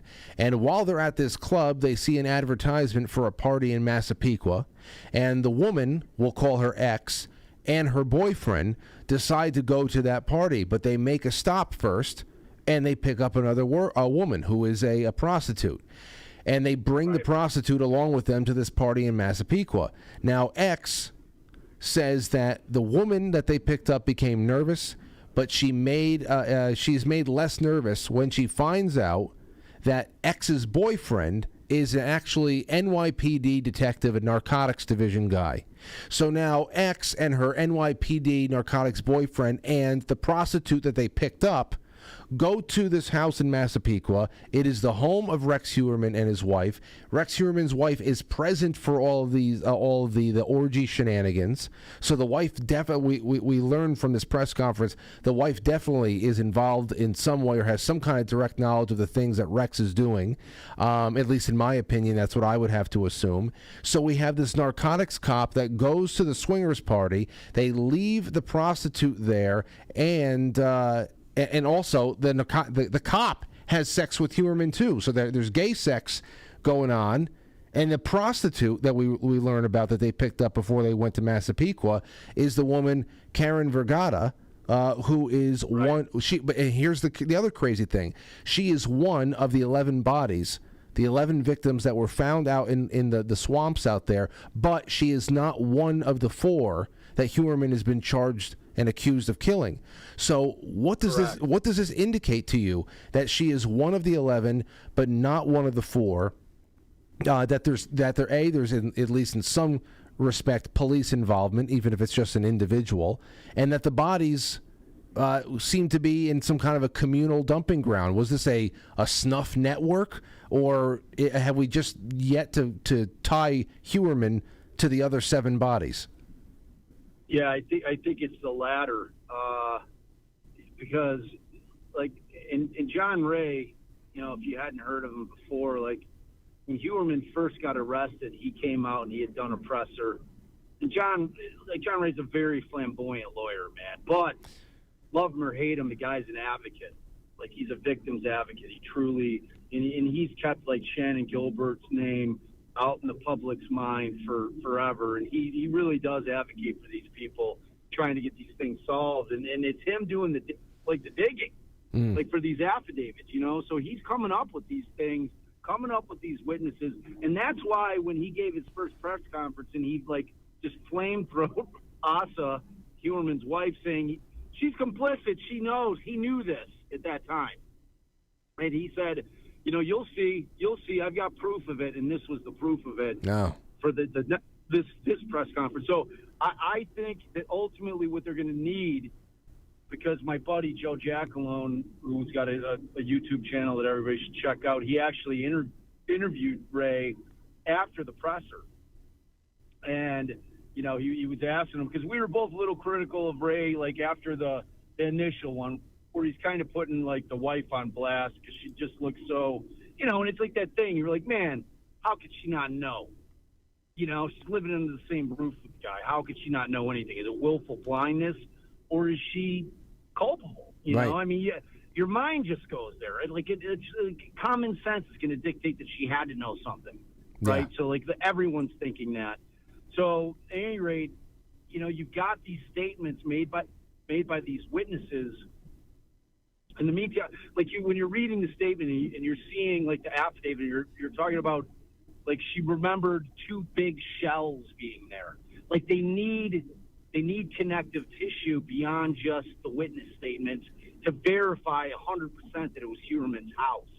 You know, I mean, they obviously seem to give like the ogre description of the guy. You know, it seems to fit, but like for them to feel secure and start tacking on those homicides onto the list for Huerman, they need more, you know, and now we just find out that Rodney Harrison's stepping away. You know, like everyone was championing him and like everyone was so happy when the arrest was made. And now we're finding out that the politics are still, you know, rearing their ugly head like they always do in this shit. You know, like when law enforcement can't play nice together because everybody wants credit for the bust and everyone wants credit for this and that instead of just trying to work together to try to get the guy.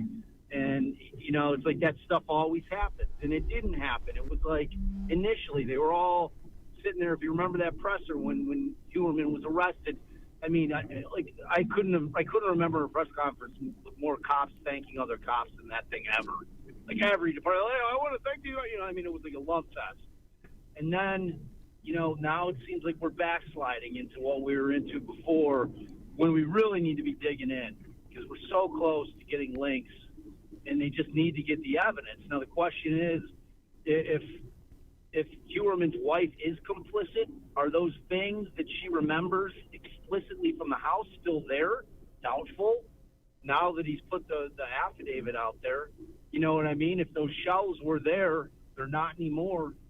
You know what I'm saying? Now what we need to hope is when they went in and they tore the house apart and probably took thousands of photographs, that somehow one of those photographs unwittingly caught these shells in there. We need something to substantiate what the witnesses are saying in order for them to get to the point to make the arrest for those particular victims. You know, so yeah, man, it was mind blowing. The affidavits were both like blew your hair back type stuff, man. Like, man, like it's crazy. So yeah, it's just like the last 12 months with Idaho 4, with Delphi arrest, with Huerman arrest have been insane in the true crime world, dude. Well, I got it. So the next time you come on, and I'm going to wrap up the call now because I really do appreciate you toughing it out while you're driving. And when you're back home and you're able to fire up the webcam and we can sit back and talk, I'd love to talk about Idaho 4. I'd also love to talk about whatever you can about what you were just doing over the last 24 hours because I looked into that when you told me what it was. And man, that leads me right to a big question. I've wanted to talk with someone like yourself for a long time, and that is about cases that look slam dunk. The person is going down, but then in actuality, oh wait a second, they may actually not be the killer. And I want to talk about this at some point. But in the meantime, thank you for doing this round robin with me and getting to know the audience a little bit. Let everybody know I have your link tree in the description of this episode, so they'll be able to click through to multiple sites of yours and channels. But anything that you want to plug coming up, go right ahead, my friend.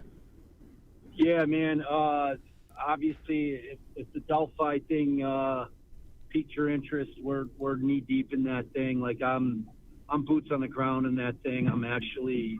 You know, like I was actually helping get the writ that was filed or the petition filed. I was helping the attorney out with that.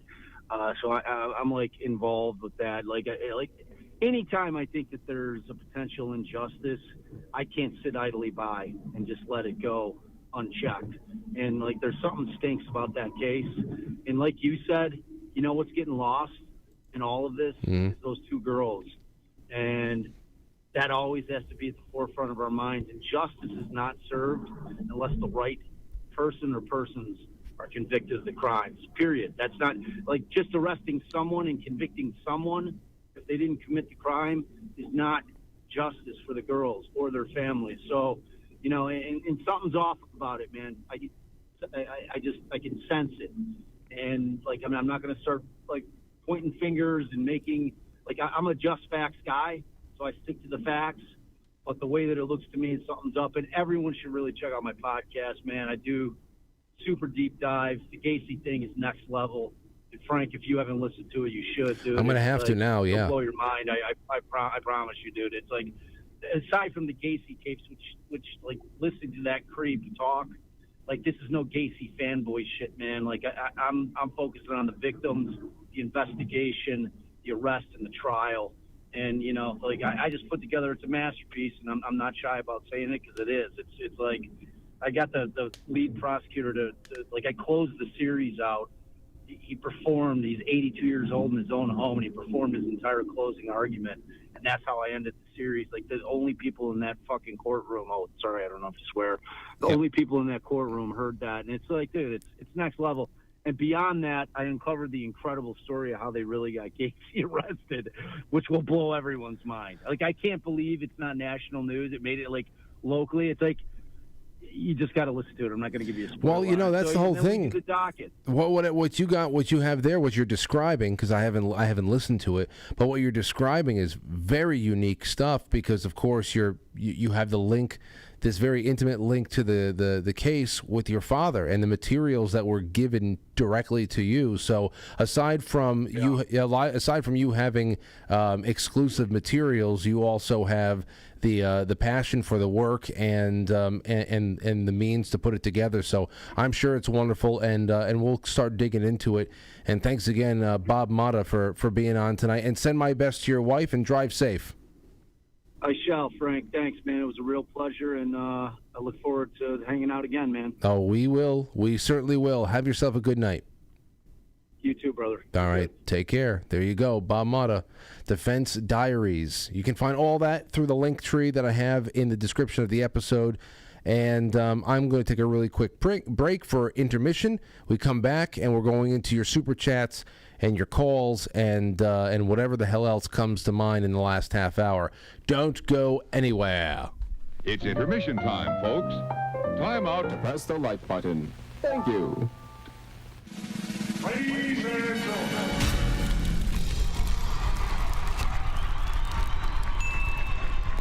Welcome to Quite frankly. Quite frankly. Quite frankly. Quite frankly. Quite frankly. Quite frankly. Quite frankly. Quite frankly. Quite frankly. Quite frankly. Quite frankly. Quite frankly. Quite frankly. Quite frankly. Quite frankly. Quite frankly. We all support quite frankly. Not quite. Quite frankly. Let's go, Brandon. Quite frankly, in Roma, Italia. Quite frankly. You going on Frank's show tonight? I want to get a Coke. Can I get a Coke? So everybody watch, Quite Frankly, with Frank. What that is, it's harrowing.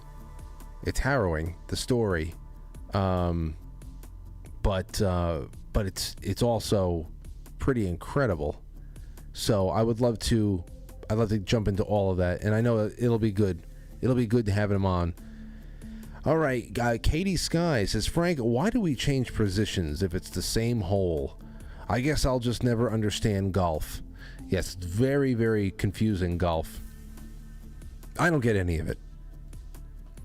Let's see. Over on QuiteFrankly.tv, powered by Pilled.net and Foxhole, which I'm so happy to be jumping into a new venture with them and QuiteFrankly.tv in the coming days. That's going to be really, really great. I'm very excited about it.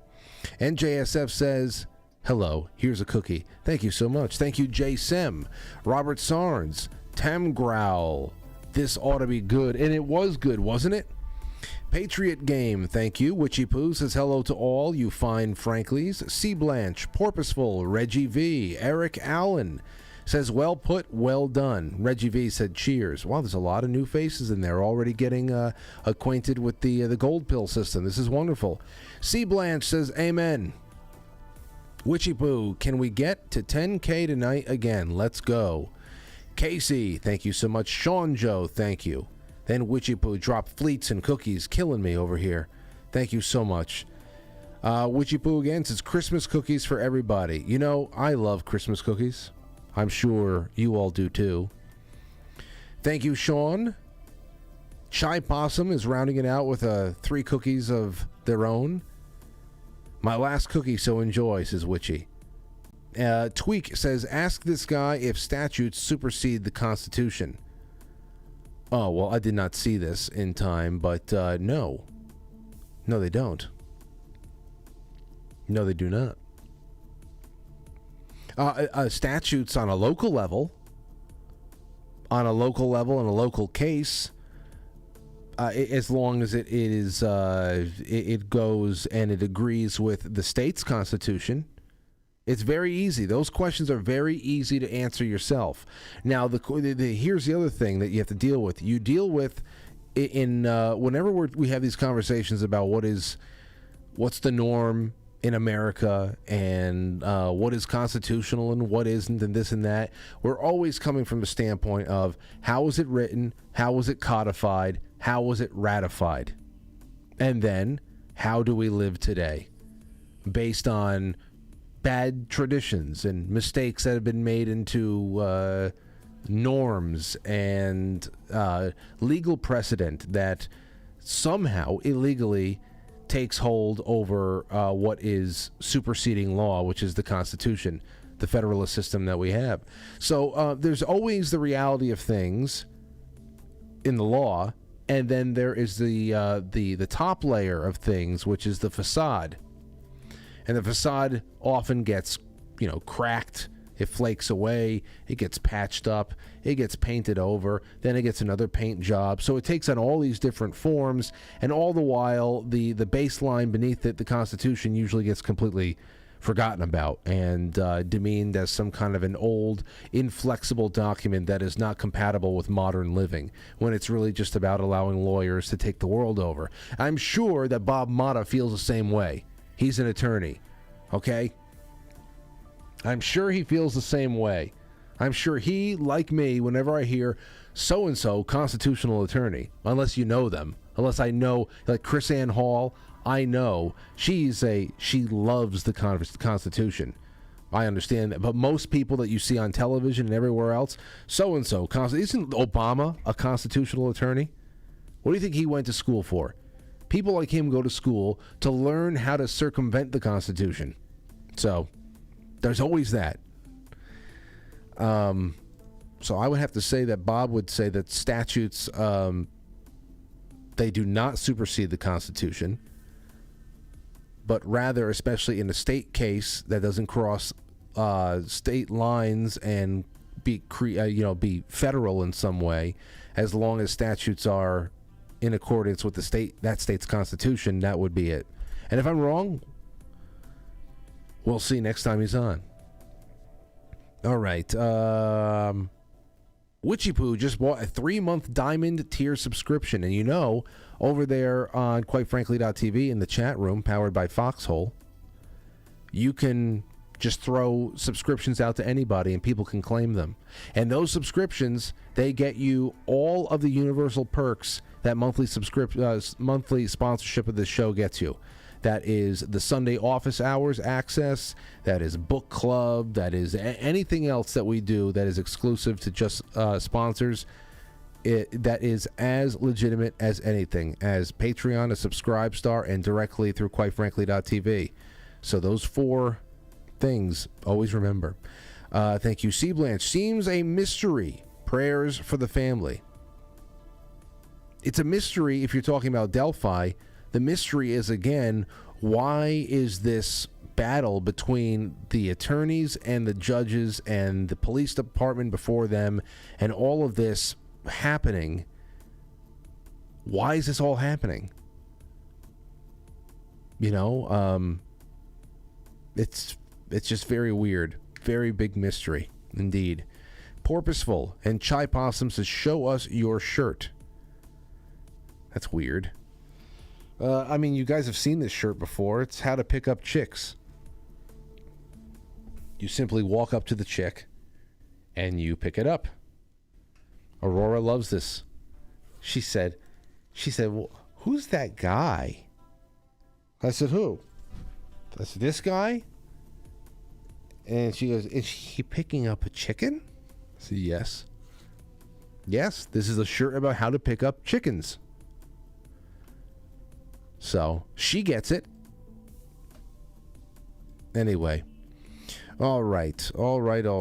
Let's go and let's take some calls. 914-200-0269.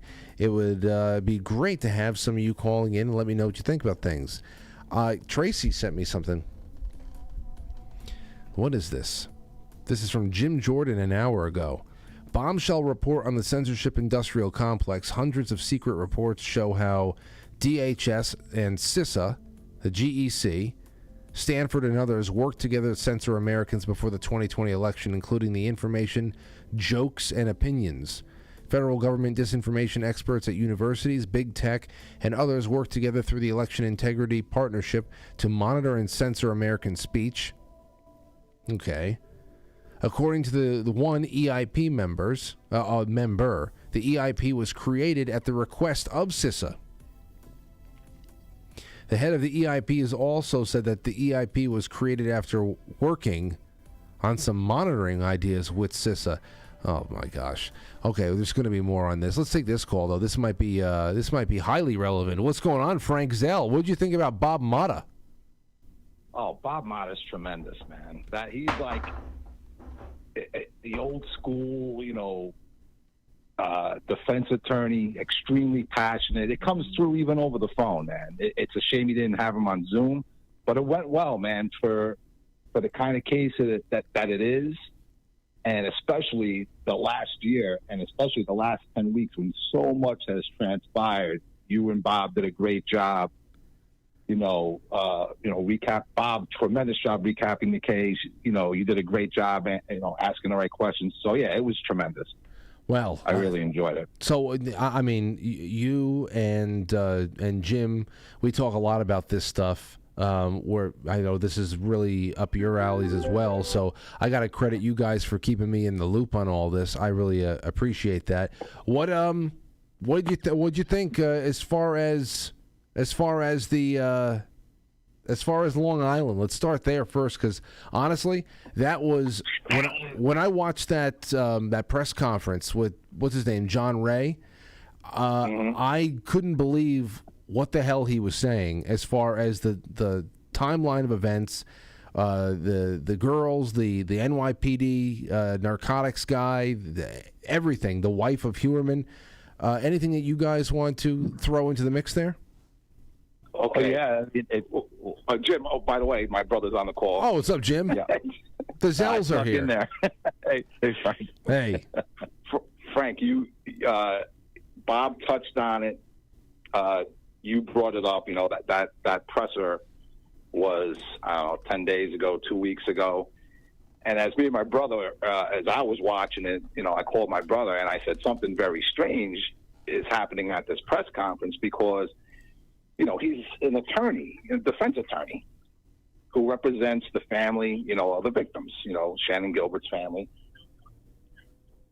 And he's done a tremendous job, John Ray, of keeping, Shannon Gilbert, he's helped propel the case forward when there was nothing. Years.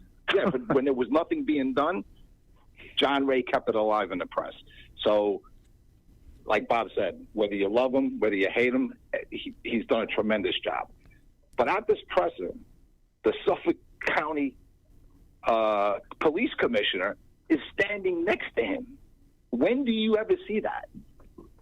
That was, to me, I was like, what is he doing there at this presser? He should, why is he there? It was bizarre to me. But Harrison, the commissioner, he's the one that pretty much got this, that helped make the arrest. Nothing was getting done. The investigation was botched. I mean, botched is, the more that stuff is coming out, botched is a very weak word. They did nothing. They didn't want this case solved. When Harrison took over, he said that he was going to release the tapes, the 911 calls. He was going to release stuff. He upheld his word. Every promise he made. He was going to start a task force. He was going to bring in the state police. He was going to bring in the FBI. He was going to make an arrest. He did everything. And now he's gone. And John Ray and that commissioner, they were allies. And that commissioner said something at that presser where when he spoke, he looked into the cameras and he said, we need, any more witnesses out there, they want to come forward. If you don't want to talk to us, the police, talk to John Ray. Why wouldn't you want to talk to the cops? Yeah.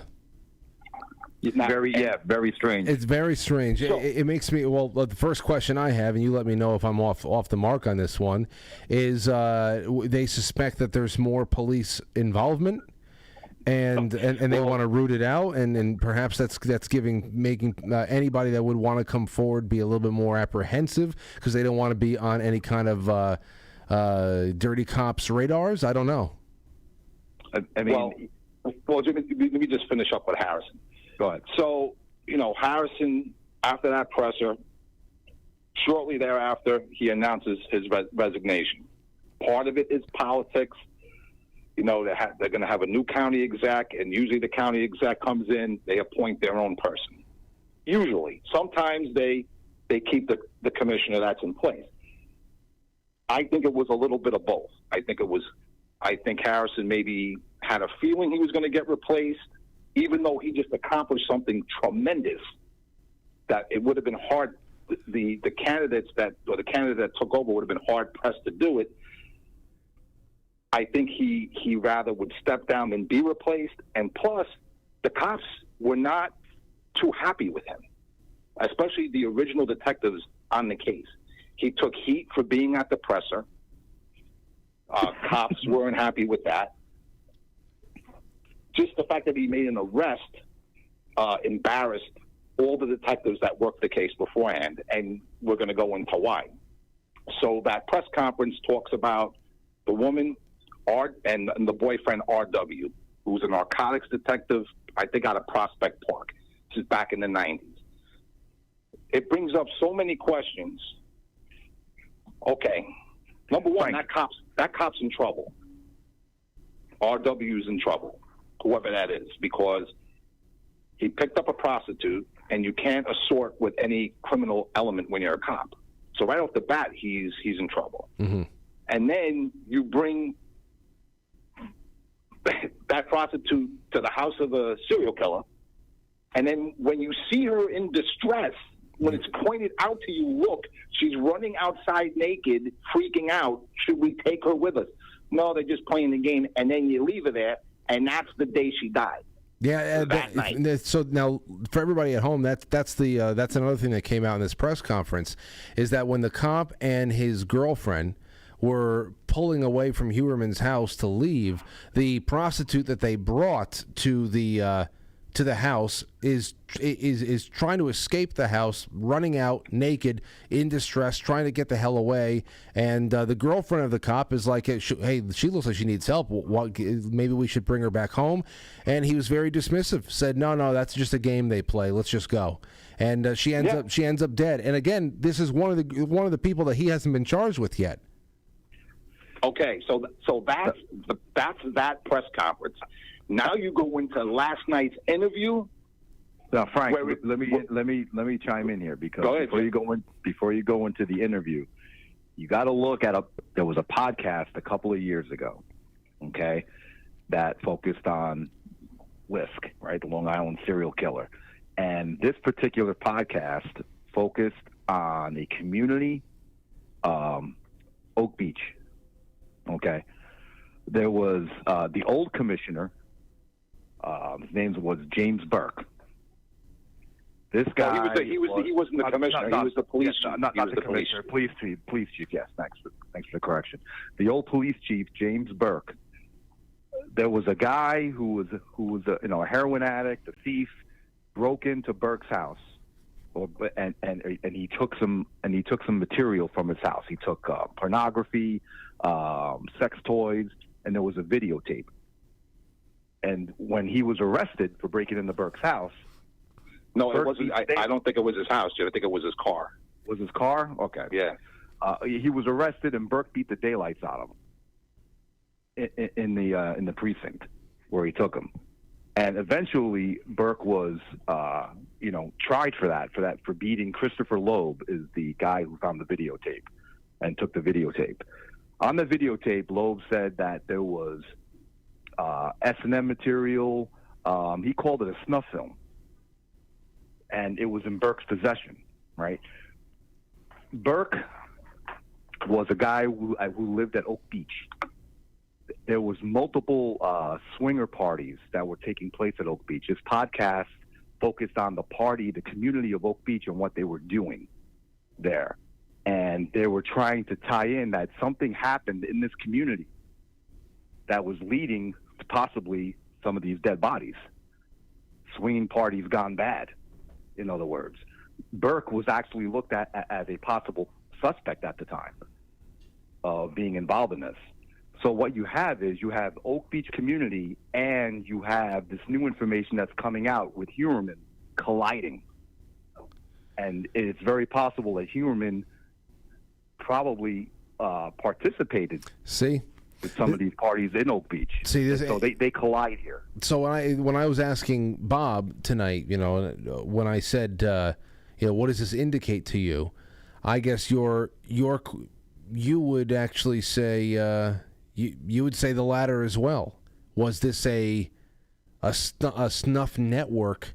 That this is a place where there was some police involvement. The bodies were being dumped in what seemed to be a communal dumping grounds, where it wasn't just one guy doing it all, terrorizing Long Island. That this was probably a place where people of the same ilk would know is neutral grounds for everything that they do together in one way or another. That there's overlap.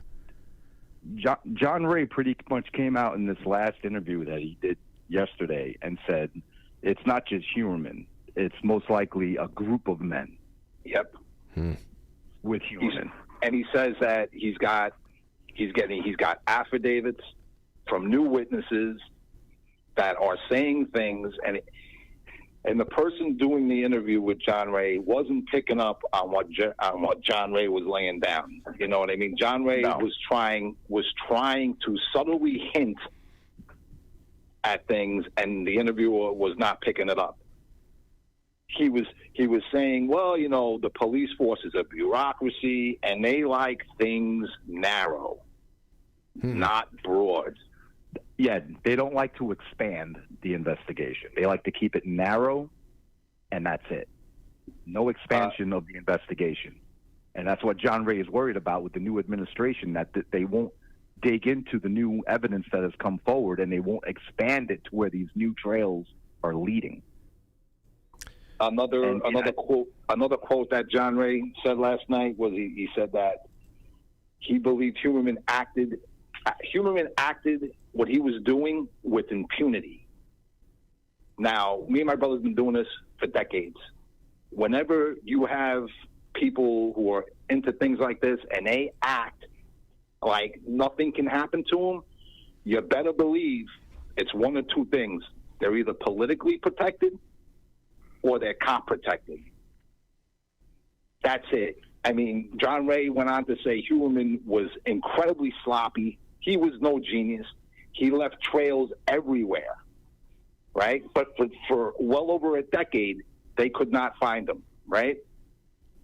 Harrison comes in, sets up a task force, brings in the state police. It took 30 minutes for a woman detective to find Huerman, just like that. All you had to do was look. Why couldn't they do it for the last 10 years? John Ray was actually saying it's miraculous. It must have been a miracle. No, wait. It was supernatural that this man wasn't caught. As sloppy as he was, how was that possible? And he was being because there had to be some type of protection. He was being extremely sarcastic because he was being interviewed by a former cop. So he was mocking the original detectives by saying, it's supernatural. See, now take it back to where Huerman's office was, 10 minutes from La Trapeze, the sex club that was frequented by other cops in the area.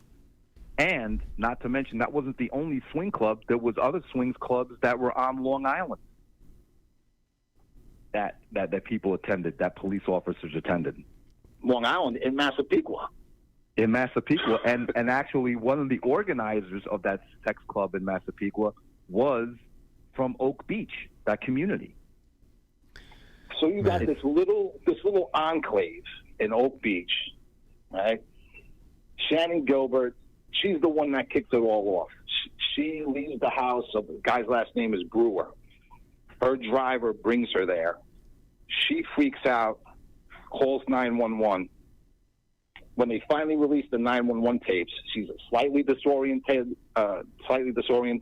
She's extremely upset, and she's saying they're trying to kill me. She's not saying he's trying to kill me. She's saying they're trying to kill me. She then leaves Brewer's house, starts knocking on doors of other homes, and then people start calling the police saying, hey, there's somebody knocking on my door.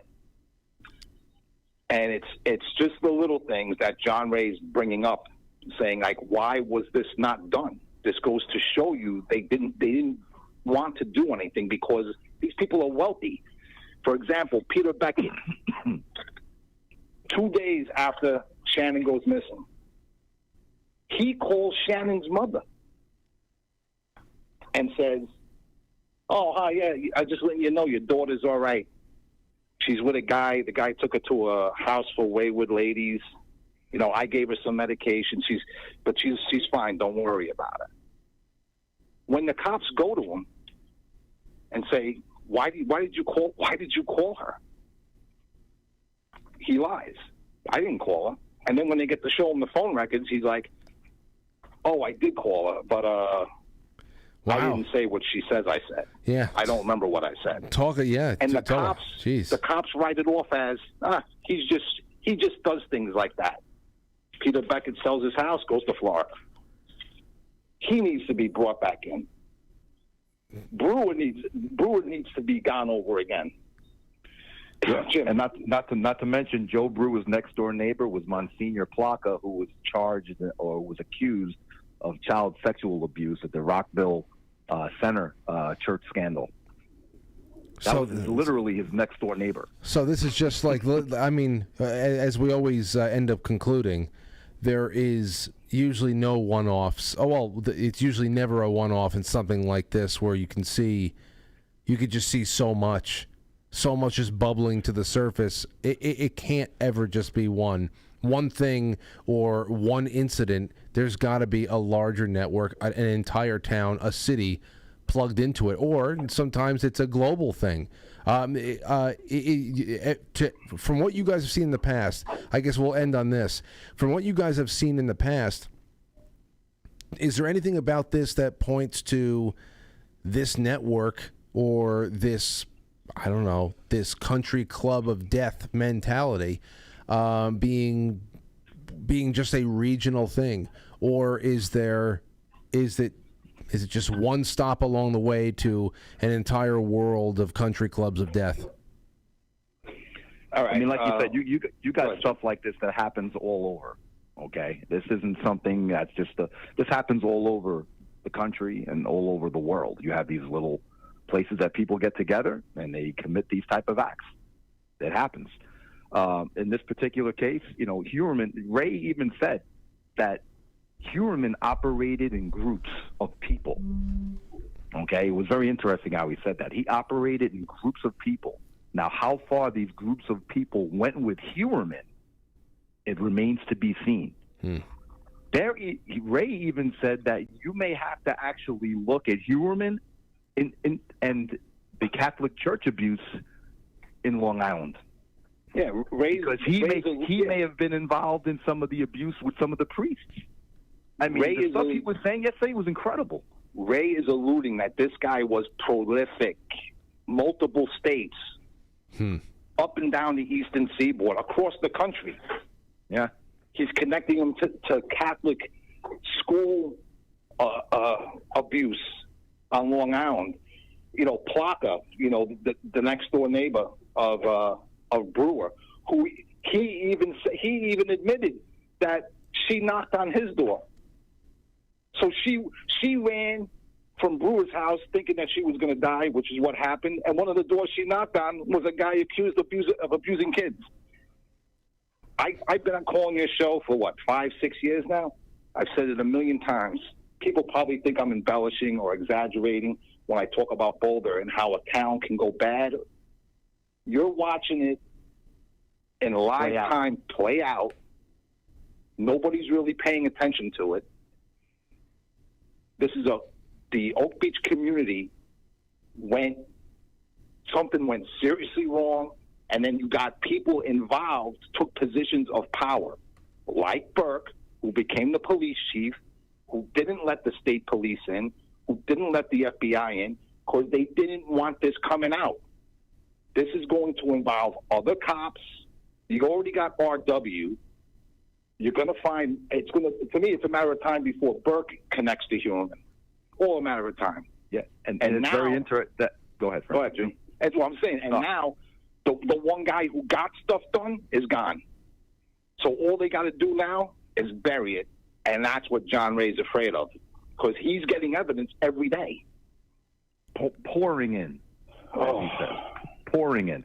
And Huerman, they also found horrific child torture tapes in his house. Specifically young children. Interestingly enough, that guy who broke into Burke's car and found those videotapes, it's coming out now that on that videotape was also kids as well. It's funny what Burke and Huerman had in common. Well, see, I can also see how you guys you draw the comparisons between this and places like Boulder, Colorado with John Bonet. Well, I mean, the only reason, Boulder did it right. They didn't make an arrest. If you don't make an arrest, they kept it cold. And if you don't have an arrest, anytime anybody asks you a question about the investigation, all you got to say is, we don't talk about an ongoing investigation. And nobody knows nothing. But when you make an arrest, then things start to leak out, or discovery is shared with defense attorneys, like in Delphi. And then all hell breaks loose. In Boulder, they kept their mouths shut. Me and my brother were able to find out what we found out about Boulder because we were looking at the town from the very beginning. But unfortunately, different era. Yeah, just like a couple of things, that there were, 4 operating child pornography rings in and around Boulder at the time of her death. That's just one small little fact. Or fact that you had well-known attorneys in the area having outright sex parties that the police knew about. Yeah, the police knew about. Police protected. This guy operated 20 years from 77 to right when John Bonet died, and then he leaves. Just stops being an attorney, just quits everything, and just leaves the state. Nobody says nothing. Never mind just the countless other stories of city officials. And, nobody looked at the town but us, but it was a different time. And now nobody really gives a rip because it's close to 30 years. And me and my brother are stuck with information and knowledge that, we're stuck with it. It's the same patterns in every case. You can see it. Boulder, Delphi. And Delphi, Bob didn't talk about it as much, about the police keeping exculpatory evidence away from the defense. This is information that could prove this man's innocent. They kept it hidden. So so in this case, they want Richard Allen to take the fall. Absolutely. Okay. And I mean, think about it, Frank. They found sticks, and he didn't really talk about it too much, but they found sticks arranged on the corpses, right? Some true detective shit. Now you think true detective. That's prime evidence, right? You think that would be collected and taken in and studied and do forensics on it? No, nobody collected that evidence. They just left the sticks there and until it got washed away, and then they went, you know what? Weeks later, we should go back and collect that. But it was all washed away. You would think that we collect some samples off the tree with the blood patterns, right? Take some of the bark, the runes, and you think they would study that and put that under a microscope and look for DNA and this and that? No, they never collected any evidence like that. They just left it there. Why on earth are you leaving evidence? This is like police detective 101 stuff. Like, collect the evidence on bodies. See, this is the stuff that it's interesting. It's interesting. It makes your blood boil. It gives you goosebumps, especially when, because you said there's a lot of differences between now and 30 some odd years ago. Well, one of the differences now is that here we are without any commercial radio breaks, with a nice large audience watching, with people who have really a lot of pertinent experience in the field. You guys, Bob Mota, we're having these conversations right now, and whereas the picture will become clearer and clearer, much to our dismay, there's also the reminder that since John Bonet, 30 some odd years has passed, and what has happened. And, we've seen so many things come and go since then. This Delphi stuff is going on. We're talking about Long Island serial killer. They're a little bit farther along the road with that one. But, it must be exceptionally frustrating for people like yourselves to have seen this over and over again. If you had the resources and if you had willing participants to follow your lead, you'd probably be able to crack a few more cases and bring a few more people to justice. But it just keeps floating by you like ships in the night. It's frustrating, Ramsey, man. It's like that's always been my main passion in life. Like it's what I've ever since I latched onto it. It's been my obsession, my passion. Why that case? Don't know. It just is. It's a calling, and to have it like just there's a line from a movie that I usually use. I don't know if it's Field of Dreams. It's like seeing your dreams in a crowd and have your dream just pass right by it. That's what it feels like. Like you came that close. We came that close with that case. We got closer than anybody ever did. And nobody gives a rip. Well, and to that point, if you want to be made to feel a little bit better, even though it's not really something that's very positive, but if you want to be made to feel a little bit better, these are all of the smaller cases that you think should be bite-sized enough for local people with some good integrity. And I'm sure that there is some good police work being done out in the country and that some real bad guys have been brought to justice. But we're talking about things, as you said, that are connected to larger networks that if you take, you pull the string on that sweater, you're taking down local, regional, sometimes national governments. And those are we need a couple of wins there. And the fact that we're not getting them really makes you wonder about how many wins we're going to get on a global scale in the in Eastern Europe, or with a presidential spying scandal or something else like that. This makes all of our loftier goals about justice being served really makes it seem laughable to me. And I don't want to feel that way, but I have to imagine that everybody's starting to feel it too. Well, it is what it is, man. You're not going to get a win on a global scale. You can't get a win on a local scale. That's what I'm talking about. When you're talking like LISK, this is a great example. This case is going to get buried. They're going to bury it. It's going to be human, and then that's it. There's no way that they're going to look into John Ray's information leading to other cops or other important people in that community. They're not going to look at Plaka, the next door neighbor or brewer. Why? Because he works for Giuliani's firm. Why does he work for Giuliani's firm? Because he's a childhood friend of Rudy Giuliani. You know what's crazy? They've known each other since they were 8 years old. So you think they're going to look at Plaka? Of course not. It's nuts, because the other thing there too, if you're paying attention to this in any kind of a deeper way than whatever has been just dribbled out into the media, and especially if you live in Long Island, you realize, holy shit, if you live anywhere near those areas, you have to start suspecting even your own neighbors to be a part of something that it has so thoroughly dominated the area. But then, I think about someone like myself, just me. When you guys, I know that there has not been a lot of movement on the Utah case recently, but you're always keeping your eyes open for that. But when you guys were rocking and rolling every week, new hot details about what was going on with Utah, and the fact that it not only led them out of state to other parts of the country, it led them to Ukraine in some ways, but it also led you guys to my hometown, to a street, to a house on a street that I pass by a few times, sometimes a couple of times a day. And I think about the horrors that were, the unspeakable horrors that was going on in a house only a couple of miles away from this studio right now.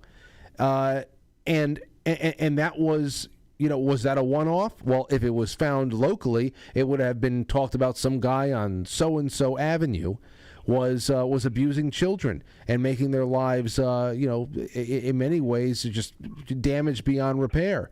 But little would anybody know is that would have connected to a scheme halfway across the country and probably halfway across the world. It's all around us. It's insane. It's so pervasive, man. You know what, Frank? There is, like you said, you got to fight the battles. Globally, you're not fighting there's organizations. You got to really vet the organizations you give to fight.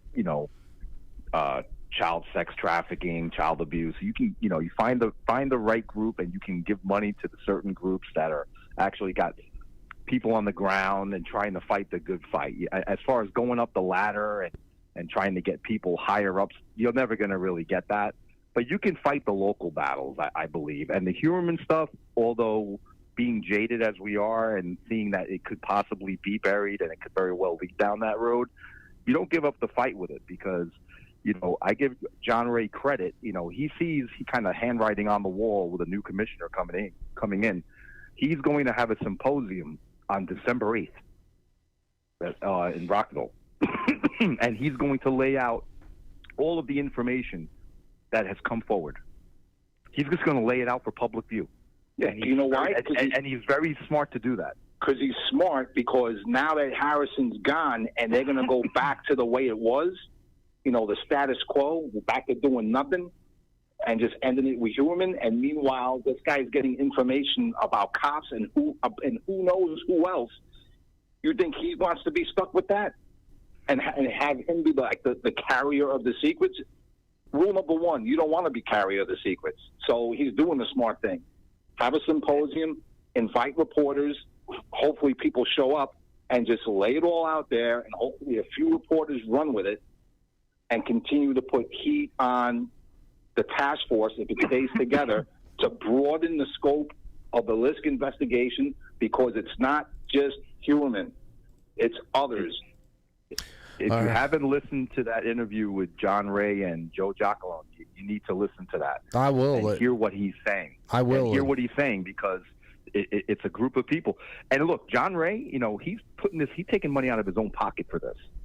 This man needs to be, he's got his own firm, but the amount of money he's spending trying to keep this going for 13 years, the way this investigation is broadening, going down the roads of possible police corruption, or not possible, police corruption, police involvement, You guys should go. You guys should go to the December symposium.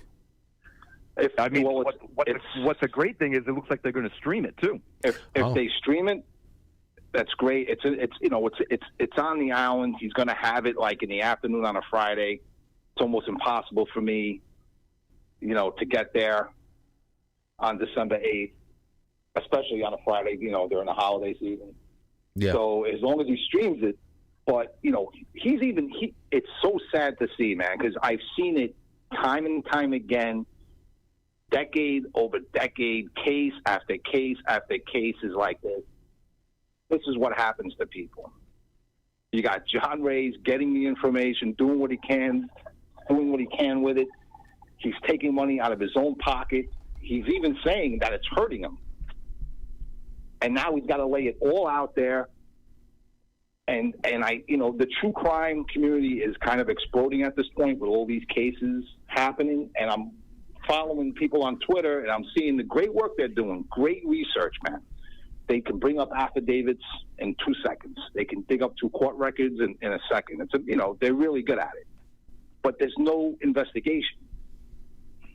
If you want to, if I was a younger man, I'd just go to John Ray's law firm. That's what I would have did if I was in my 20s.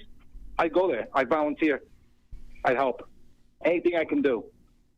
You need a part-time investigator? That's how you do it. And he's looking for it. We're long in the tooth, man. We're long in the tooth. These people have to learn. If you want to actually make a difference, you got to get involved.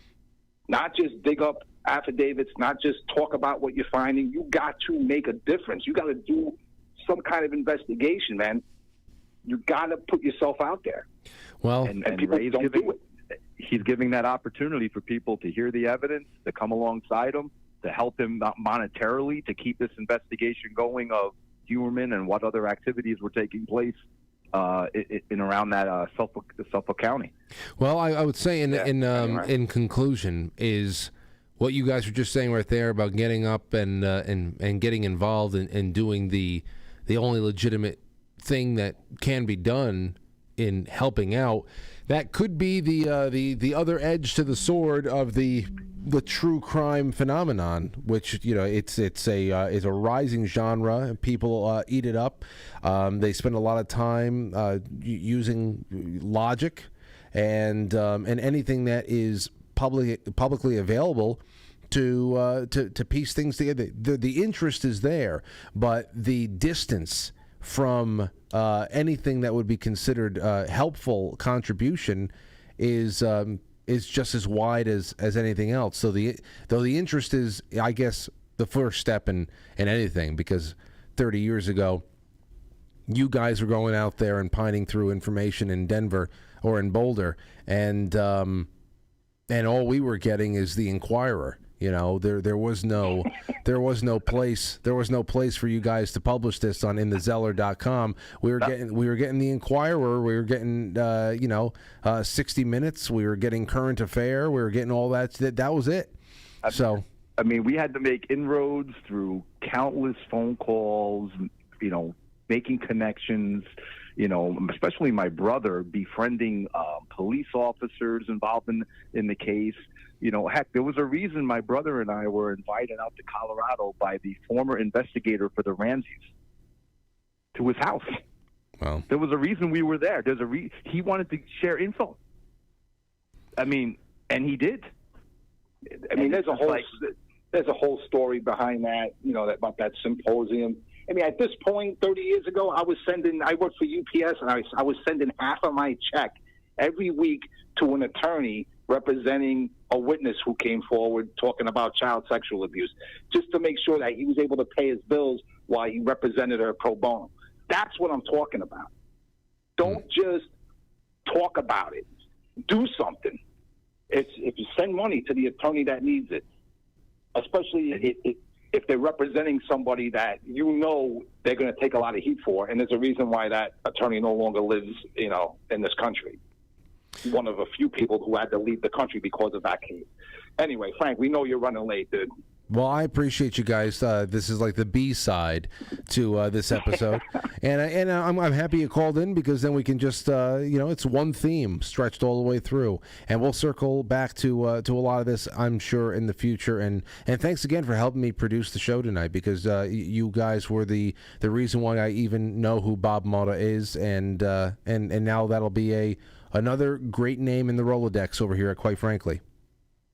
Well, we figured, 2 guineas, you can't go wrong. You can never go wrong. Bring all the guineas over here. I'm like the guinea whisperer. That's it. Okay. Thank you so much, guys. No, you guys. All right. That was a good interview, man. It went good, man. Again, thank you again for that. But I'll talk to you both soon, and thanks for everything. All right, Frank. All right, there you go. If I ever start a side podcast, it'll be called The Guinea Whisperer. And I've been I downloaded at the request of a buddy of mine.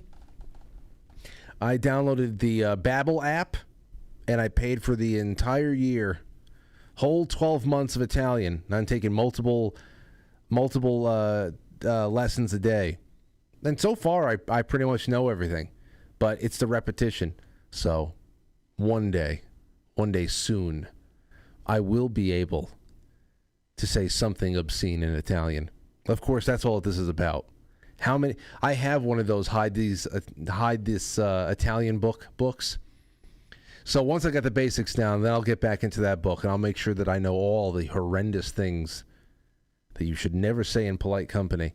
All right, thank you to Curious Patriot, who sent a whole bunch of gold pills, says, better be free-range chickens on that damn shirt. Thank you. It probably is. And Strumbas says, great show. Thanks, Frank and Bob. And thank you to the Zells. I'm going to release the scratching right now. I just got a text message that after the show tonight, the True Crime Night continues as we feature the finest films, including the 2007 David Fincher epic. What would that be? What would be a 2007 David Fincher epic? Chat and help solve crimes only at quitefrankly.tv. See everybody. There you go. Look at everybody with their heart, with their terrible Italian on quitefrankly.tv going at me like that. My gosh. How dare you? Anyway, stay there on quitefrankly.tv because there is so much to do and you need to be a part of the the whole effort tonight. Thank you to Stephen Ellis. Says, Ohioans, please vote no on issue 1 tomorrow to prevent full-term abortion and child gender assignment surgeries without parental consent. Yeah, please. Go do that. I will be voting tomorrow as well over here in New York.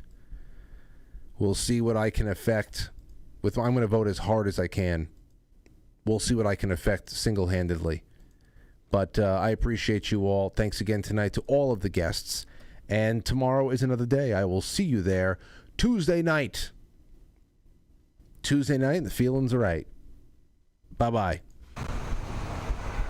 I'll catch you on the flip side.